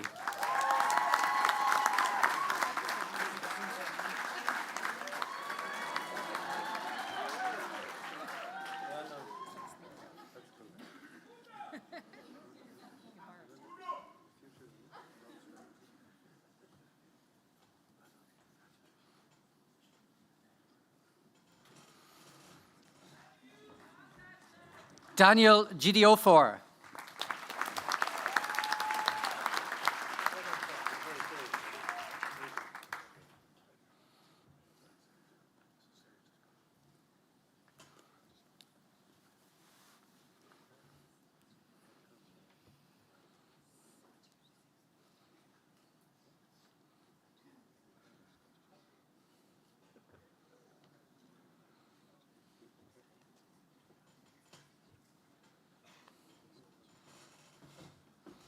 Saoirse Keating.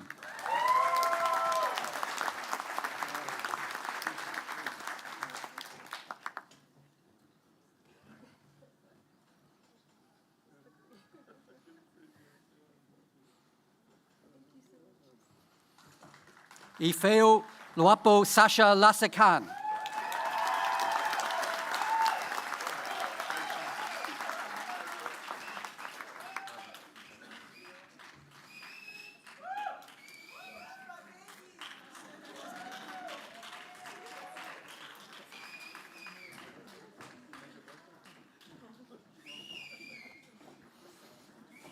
Callum Lowe.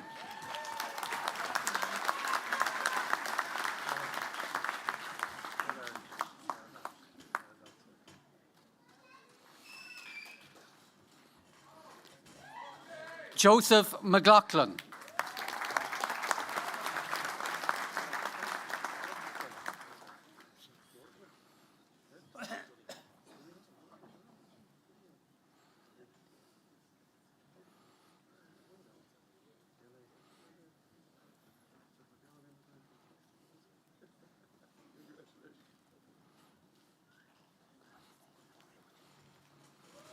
Arlene McCann.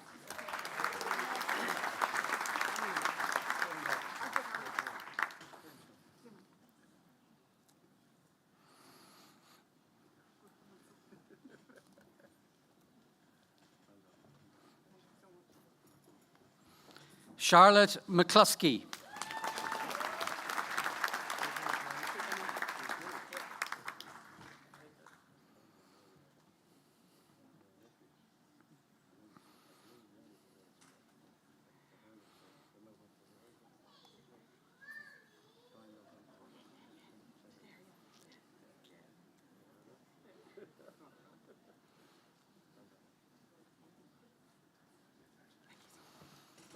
Shauna McAvoy.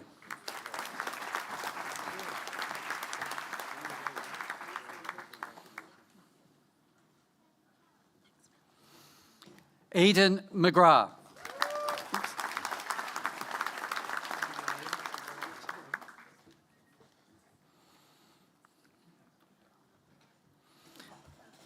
Rachel McGrath.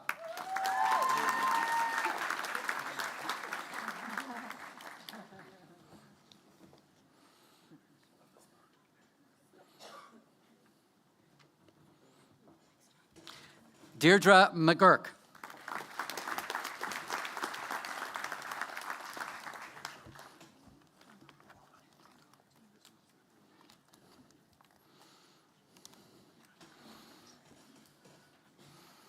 Sarah Mebtouche.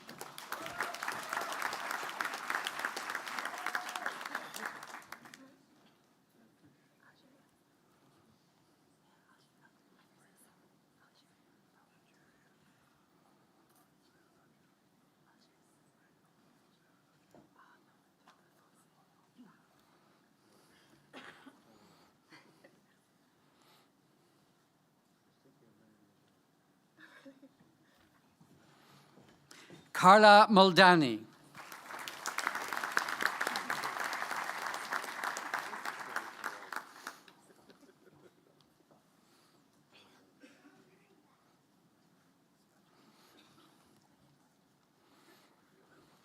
Chloe Nolan.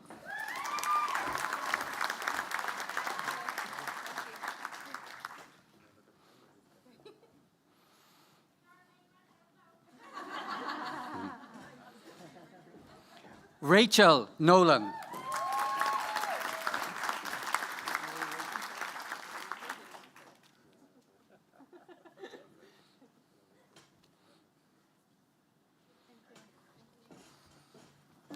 Aoife O'Grady.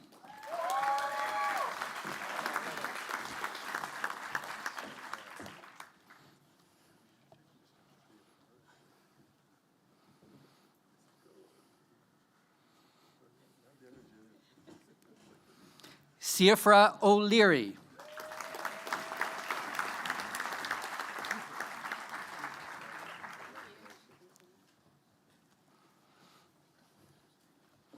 Koyansola Joanna Oladende.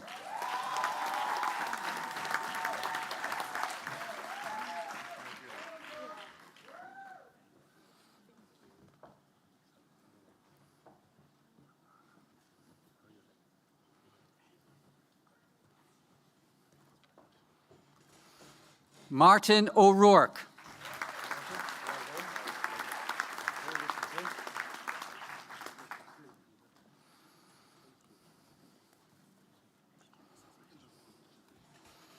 Niall Rigney.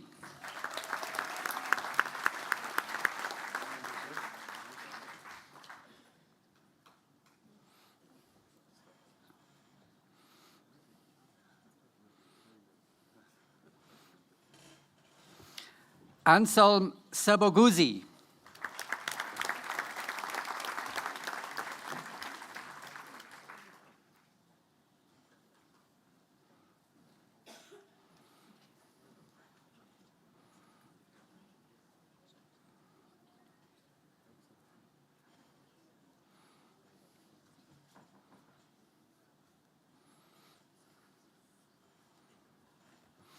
Bernadette Stenson.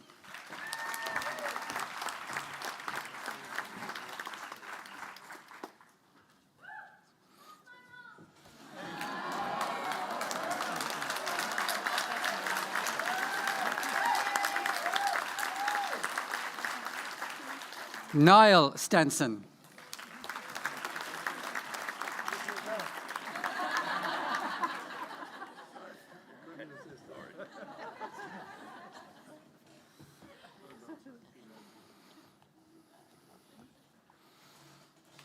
Tat Min Triet Ton.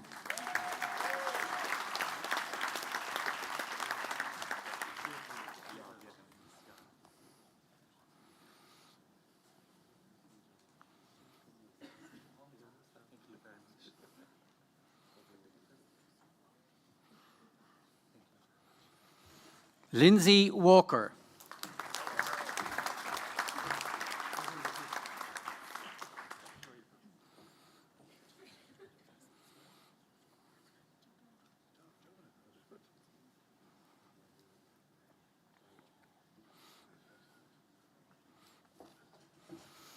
Tatiana Yemets.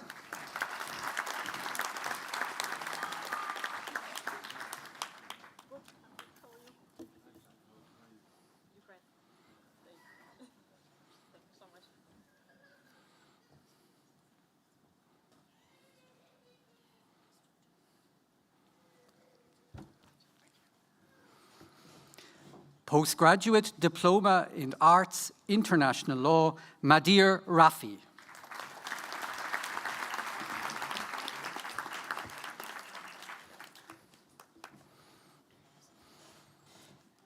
Master of Laws in International Law, Diana Joanna Balint.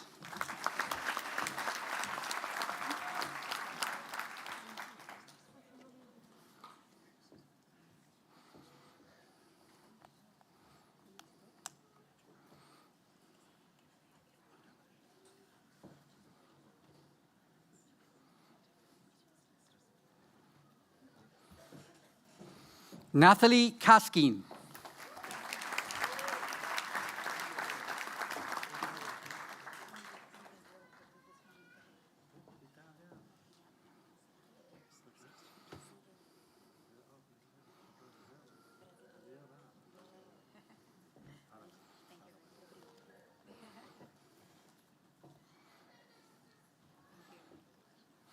Rianne Gallagher.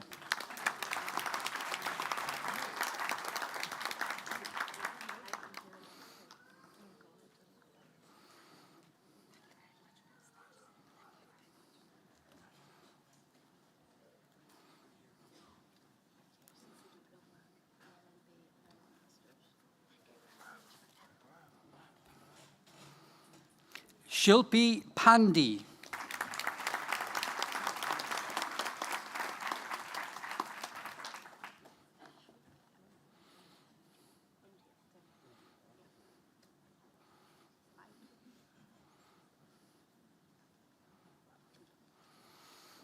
Elise Silva.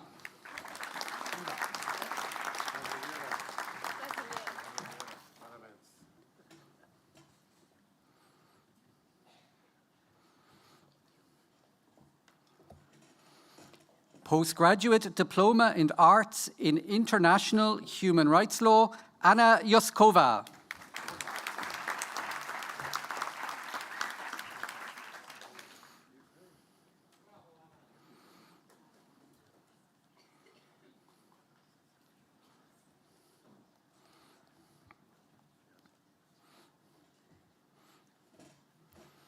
Master of Laws in International Human Rights Law, Mark Anthony Ochonu Douglason.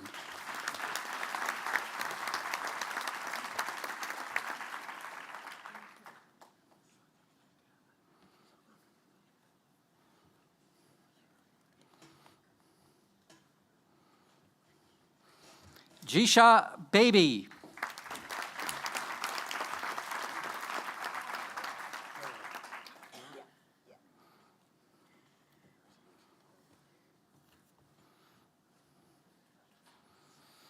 Saba Feroz.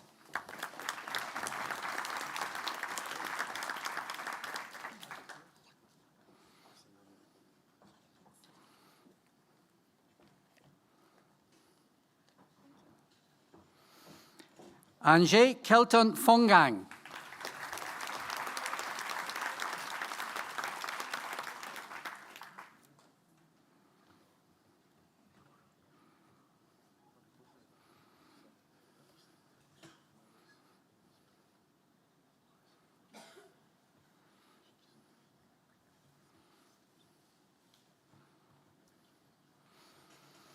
Jim Fulomnanya Nwafor.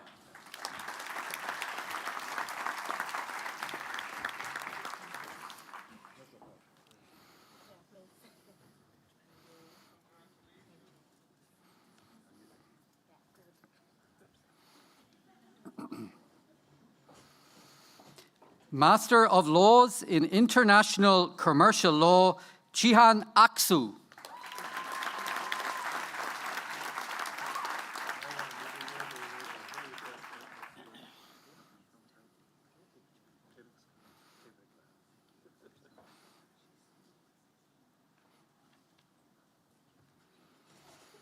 Andrea Cahill Rua.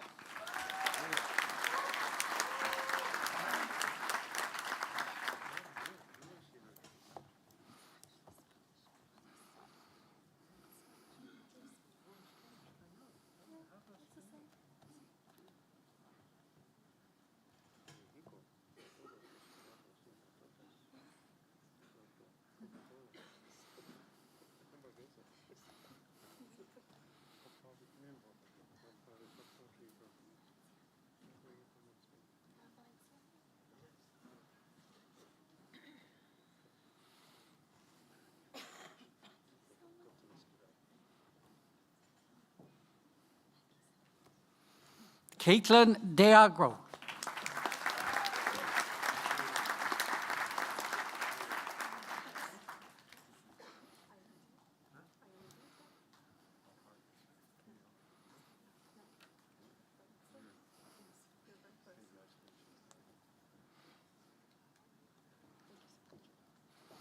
Qinghuan Du.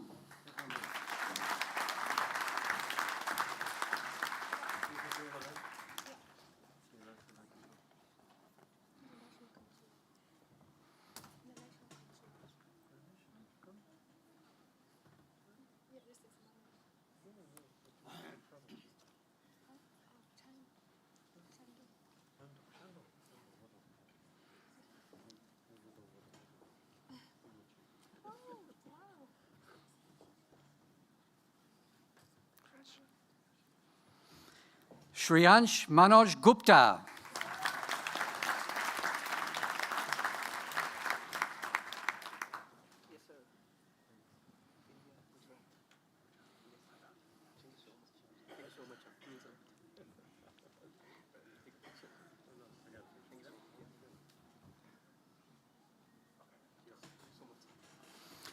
Owen McQuail.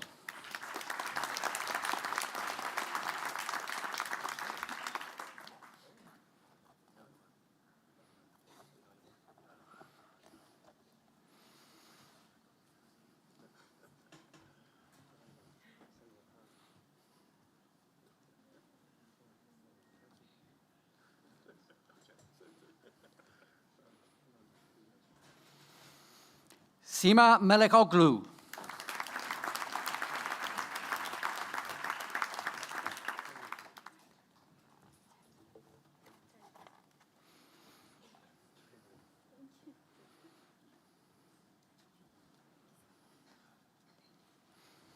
Maria Eduarda Ramallo Quiroz.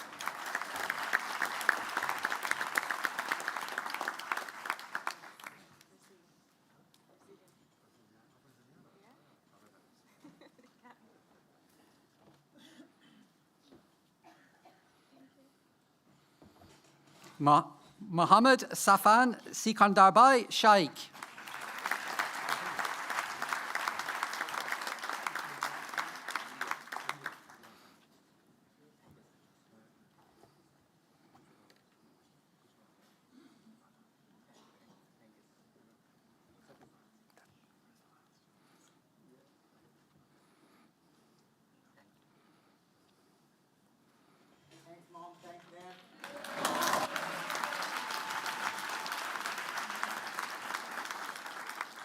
Mati Paishe Tadiwanche Shoku.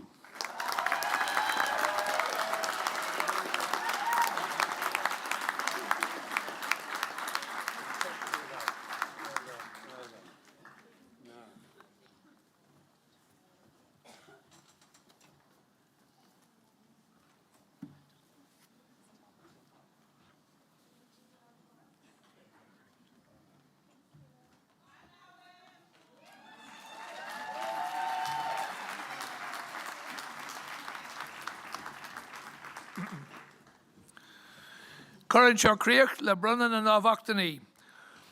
As we conclude our conferring of awards, I'd like to invite everyone here to give a special round of applause to all our graduates here and online.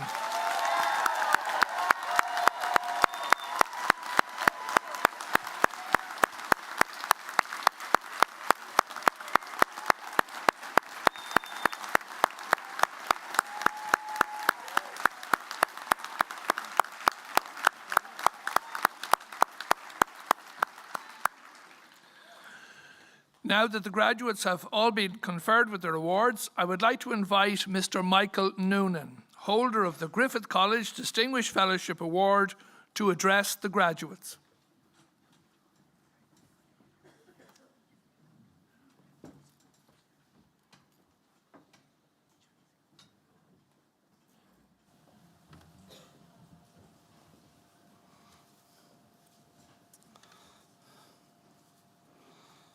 Mr. President, ladies and gentlemen, I wish to thank Griffith College for the Distinguished Fellow Award which was conferred on me today.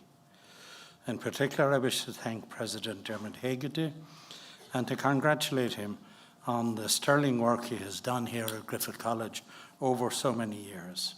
He has certainly done a great job as president of the college, and so many students, both at home and abroad, will appreciate his work. I wish also to congratulate all the men and women who graduated today, and also to include in that congratulations their parents and their families and their many friends. It's a great result of your hard studies, and it's a great honour for you to be graduates of this college, and it sets you up for your future careers, whether they are in Ireland or abroad. As we conduct our ceremonies today, voting is taking place in the United States for a new president. I don't think it's appropriate to make any comment until we have a result. So I'll park that particular issue. But I would like to say a word or two about the European Union. which Ireland is a part as a sovereign state, and which is increasingly becoming very interesting. Not only is the Union expanding geographically to the east, it's also expanding in the competences that are being taken now by the Council of Ministers and by the Commission. And this will be of consequence to the future of all young people, both here and across Europe. We know that by 2030, there is an agreement that Serbia, Montenegro, Kosovo, Macedonia, Bosnia-Herzegovina, and Albania are scheduled to be members. And 2030, not very far away now, as the negotiations continue. There's also an intent in the authorities in Moldova and Georgia and of course in the Ukraine, to be members. And while the war in Ukraine and the opposition of Russia, that its immediate neighbours will become members of the European Union, the practice and the precedence in the European Union is that over time and over lengthy negotiations, difficulties get resolved, and the European project continues, not always in a steady graph, but it continues in fits and starts, and usually with very good results. You can see that there is a perceived threat to Russia by the expansion of the Union to the east. The cornerstones of the European Union, which are so precious to all of us, are democracy based on the rule of law. And there's nothing as powerful as an idea whose time has come. And in Eastern Europe, a majority now think the time has come for the idea of democracy and the rule of law to apply to their countries. And that, rather than any threat of a military invasion from Western Europe into Russia, is the main concern of Mr. Putin's regime, and was also one of the principal factors for his invasion of the Ukraine. Because if the ideas of democracy and the rule of law, which are now all along the borders of Russia, are taken up by the people of Russia, who will want the same as their neighbours in the prosperous European Union countries have achieved, well, that's the threat to autocratic regimes. It's not military threat in any sense whatsoever. So the outcome of the war in the Ukraine is going to be of great consequence to Europe. There are consequences already in the second expansion of Europe that I mentioned, and that is in the increase of European competence. Many issues, like, for example, health and education, are within the competence of the sovereign member states. But a whole series of other matters then are the competence of the European Union. And there is quite a transfer now of competence to Europe with issues which individual countries cannot deal with adequately. For example, the migration issue. For example, the growing power of artificial intelligence. For example, the climate changes, which are such a threat to everybody in every country, and which are impossible to resolve in one small state or one large state, and must be within the competence of the wider union.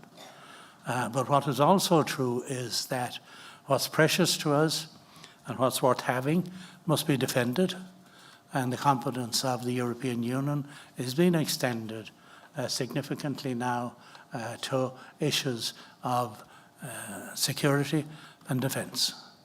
You might have noticed that during this week, the United Kingdom and Germany have signed a treaty of mutual defence, and France have aligned themselves to this as well. Now, that's the individual states exercising their competence. But there is also serious developments now of strategies where the European Union, as distinct from NATO, would have a serious involvement in the defence of the European institutions under which we all live, and which are giving increasing prosperity and good lifestyles to so many people. Something like over 400 million people now, and that's without taking the new countries in Europe into account. Education plays a very important role in this because the European colleges now are increasingly ensuring that their students experience the cultures and the education systems of different countries. For example, I know that one of the faculties of one of the campuses of Sciences Po will not graduate students now in Paris unless they have competence in an East European language. And while Polish is the preferred choice of most of the students, there are also students that are studying Hungarian and Czech and Serbo-Croat and other East European languages like the languages in Bulgaria and Romania. I also know of students who go to 2 European universities to qualify. Many of you have graduated in various law qualifications today. I met a young woman last week who was spending 2 years in London and 2 years in Paris. And when qualified in law, she will be able to practice at both the UK bar and the French bar.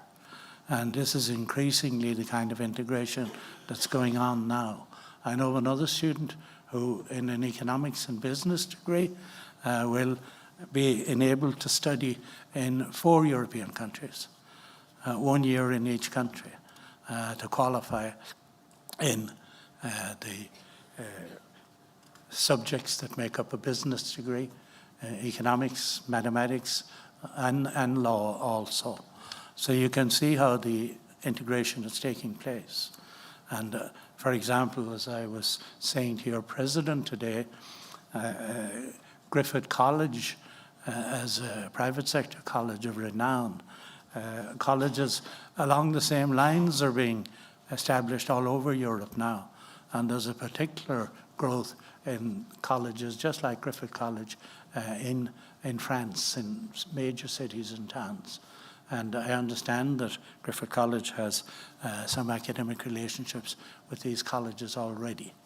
So when you think of the new Europe, and there'll be a lot of talk of, after the US elections, of the relationships between the United States and China, which will probably be one of the main world issues for the next number of years.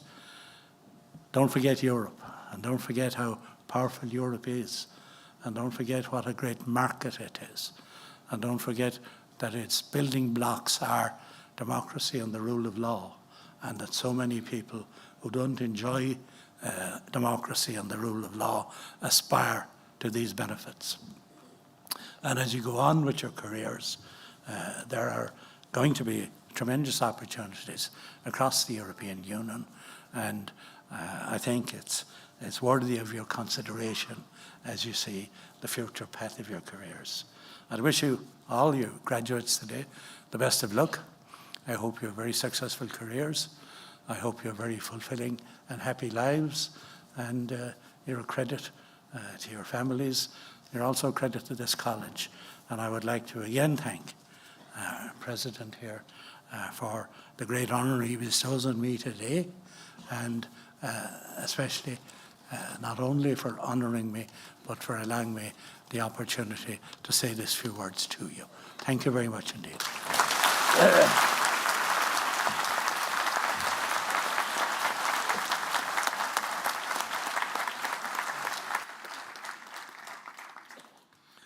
Iana Erica, a gwine uisle, Karam Creek leis an Sharmana seo, chun dábhachtanaí a bhronna céimethe an Coláiste, bar an buchas live galéir. Distinguished guests, ladies and gentlemen, this concludes the ceremony for the purpose of conferring awards on the graduates of the college. My best wishes and thanks to you all. This year marks the 50th anniversary of Griffith College since its foundation in 1974. During these years, we are delighted to have graduated over 40,000 graduates with nationally and internationally accredited awards across a wide range of disciplines in accountancy, business, computing, design, drama, education, engineering, healthcare, journalism and media, law, music technology, pharmaceutical business, and the visual and creative arts.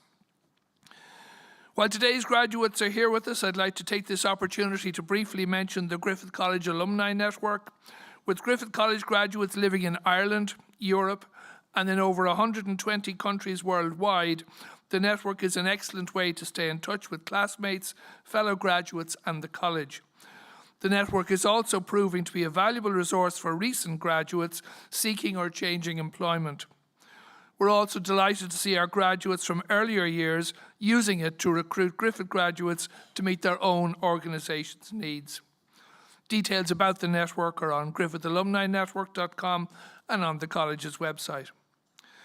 On behalf of the college, I would like to invite all of the guests of the graduates here today to enjoy some refreshments immediately afterwards in the college's restaurant downstairs. I would ask the graduates to oblige us for a few more moments so we can capture in film, just in photographs, just how lovely you look today.